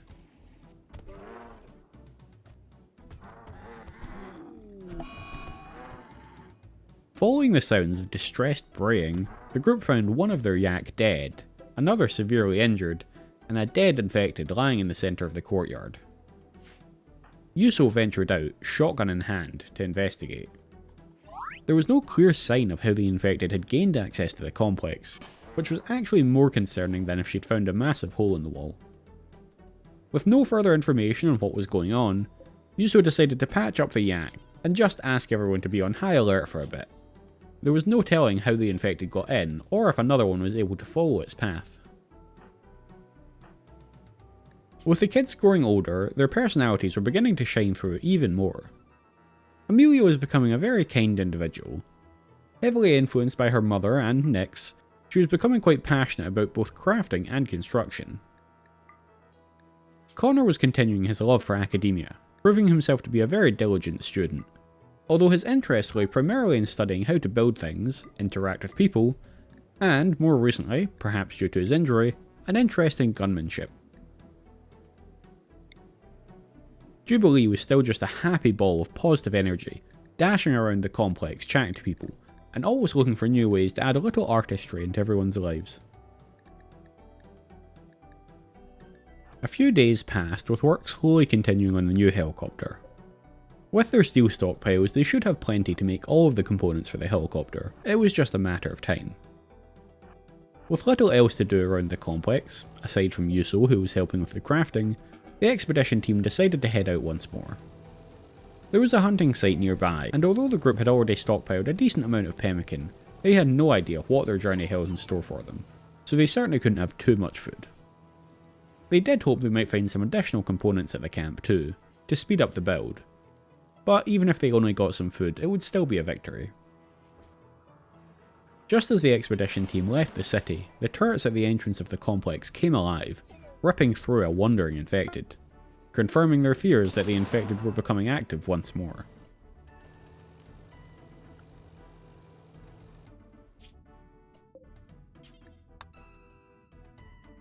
Arriving at the hunting camp that night, the expeditioners wasted no time in engaging the residents in combat, even accidentally confusing a nearby Arctic fox, which, when hit by the scavenger, decided that it was actually the fault of the camp's residents and began hunting them instead.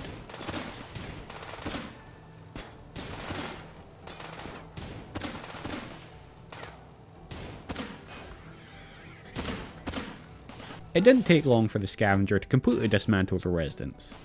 Ghost and Cracksman hopped out of the tugboat to help, but they needn't have bothered. Yuso was more dangerous than ever with the turret.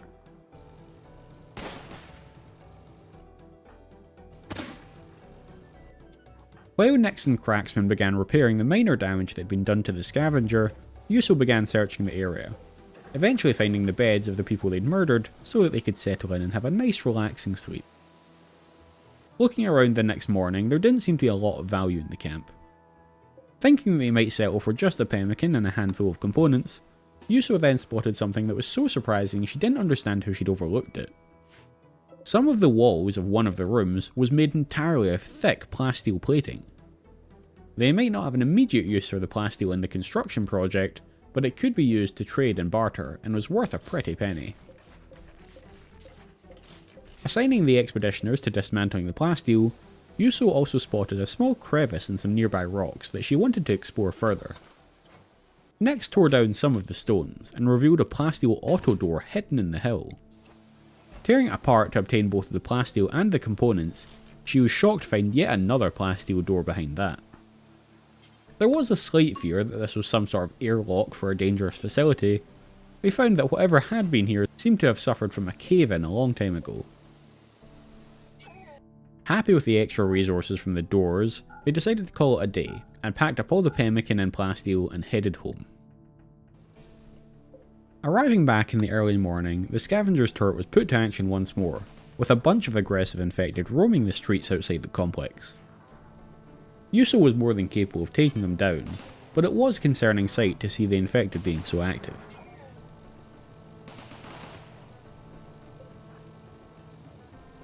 The next morning, everyone was up bright and early, and Nyx was on a mission. The group had finally finished gathering together all the parts they'd need for the helicopter.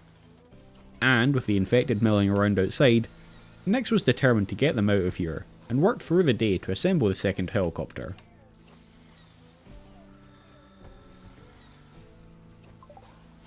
And, that afternoon, Louis was joined in the fleet by Gustav, and the group had their ticket to freedom.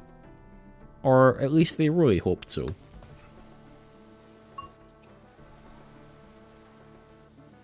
With that, there was nothing holding them back from travelling over to the ship now.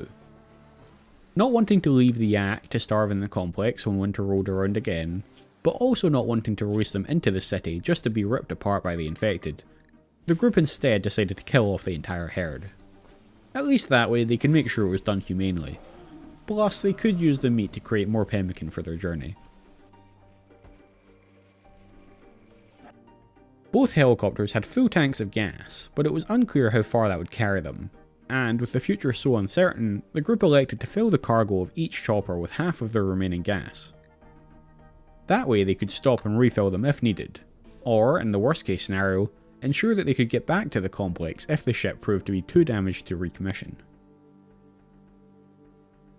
Splitting it between the two helicopters would make sure that, even if something went catastrophically wrong with one of the helicopters mid-flight, the other would still have the resources available to continue on. The next morning, it felt as though the infected in the city could sense the group's imminent departure as they came spilling out of the streets near the entrance, seemingly trying one last desperate charge to get their teeth stuck into the survivors. Next, and Annette joined the turrets at the entrance to mow down the swarm of infected, proving that numbers count for little in the face of basic human ingenuity. Putting down so many infected helped quell the rest of the swarm, as, now that there were fresh corpses, those that were still left standing didn't need to go hungry.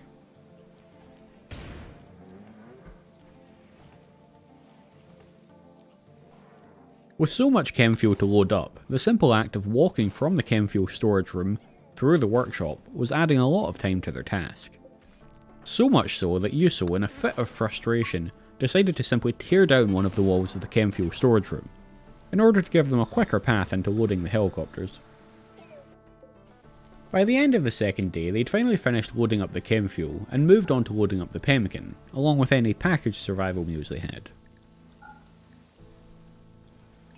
As the current stream of turret fire indicated, spring was well in swing at this point, which got Annette and Ghost excited about the prospect of growing their outside crops once again. Until Nyx pointed out that they planned to leave in a day or two, which put a bit of a dampener on their moods. 2 whole days later, they'd almost managed to transfer all of their food to the helicopters, which is exactly when a number of the group managed to contract malaria.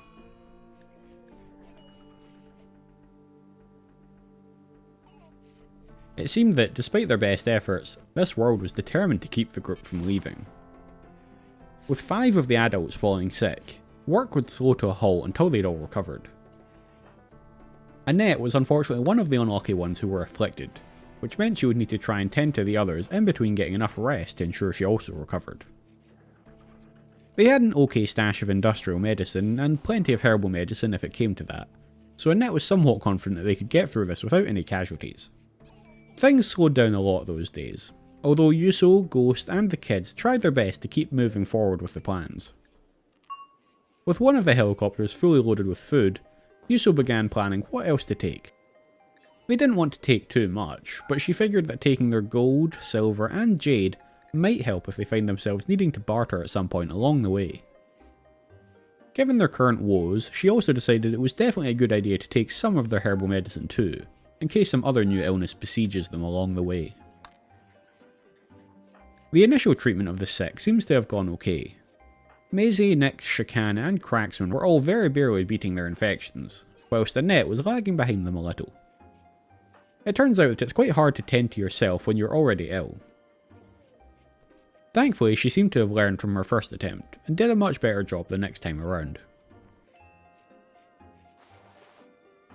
Of course, she was still struggling to find some time to rest and recover, since she was also needed to tend to the others as well.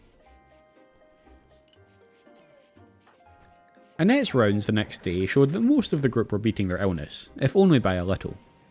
Shakan, however, was recovering at quite a rate, and would likely be back on her feet soon. In fact, by the end of the very next day, Shakan seemed to be on the mend, while all of the others were slowly getting there too.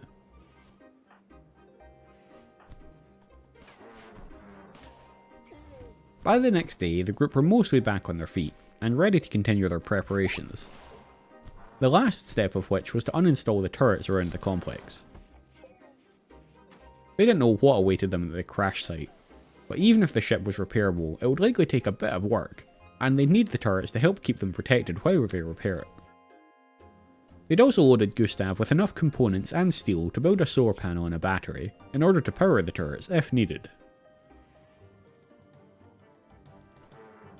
On the 1st of August, the group had finally finished packing the helicopters, and they all got ready to say a big farewell to the complex, hopefully forever. The group split into 2 parties, one for each helicopter. Annette, Shakan and the kids would take Gustav, while Nyx, Maisie, Yuso, Ghost and Cracksman all hopped in Louis.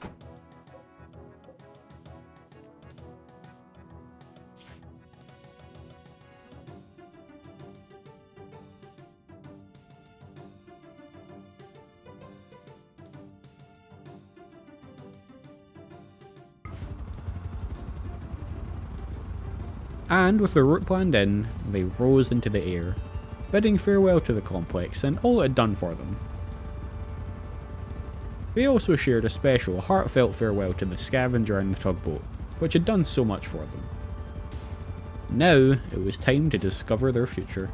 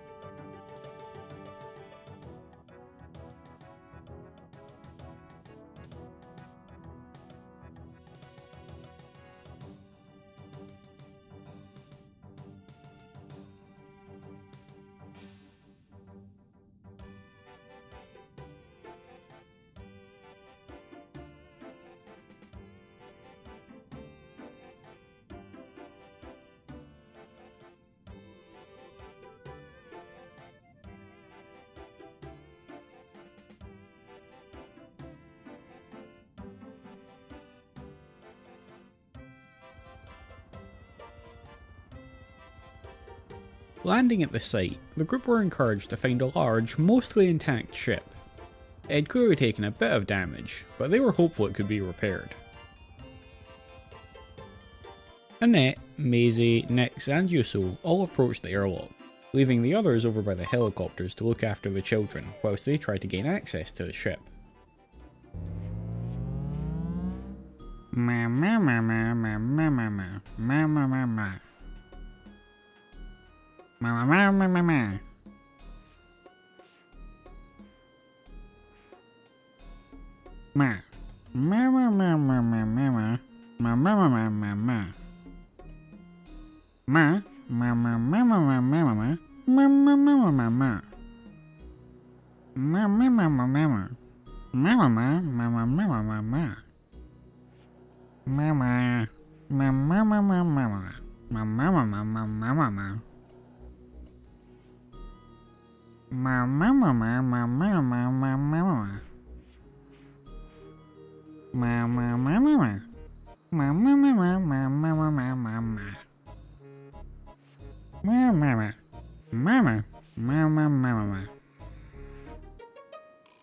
Patrick explains that the Lachesis is a medical transport, travelling to the far reaches to collect obscenely rich individuals with complex medical conditions, load them into stasis tubes, and transport them to Glitterworld cities to receive top-of-the-line care. He also explains that he isn't sure what brought the ship down. As the ship's tech, he was the only one on board as it was being sent out to pick up new patients. His stasis pod woke him up after the ship had crashed. He explains that the hull foam distribution system automatically kicked in, and was able to patch up the worst of the damage to the hull. The comms console had been destroyed though, so he was unable to contact anyone to request assistance. His main issue, however, was the primary engine, which had been obliterated on impact. Without it, they couldn't get airborne. He knew about maintaining a ship, but building one had proven more difficult, and he'd spent the last couple of years trying to figure out how to rebuild it, in between fighting off infected, trying to source enough food to survive, and trying to keep the power on. He was getting close, but progress had been slow. Annette, Maisie and Nix all worked together with Patrick to finish up his plans for the engine. In order to rebuild it, they began pulling apart both Louis and Gustav in order to repurpose their parts. In the meantime, Yuso, Ghost and Cracksman handled the defences, keeping the area clear so that the others could work unharassed. The ship did have some minor hydroponics, designed only to feed a single tech whilst they carried out maintenance during flights. Thankfully, the pemmican the group had brought kept everyone going without them having to worry about food. After around 2 weeks, the group were finally able to put the final touches on the engine. After running some diagnostics, Patrick was confident the ship was functional. With a potentially very long trip ahead of them, Patrick entered a flight plan in the ship's computer, and, along with the rest of the group, he hopped back into his stasis pod, while the ship's engines roared to life, finally taking the team away from this hellish planet.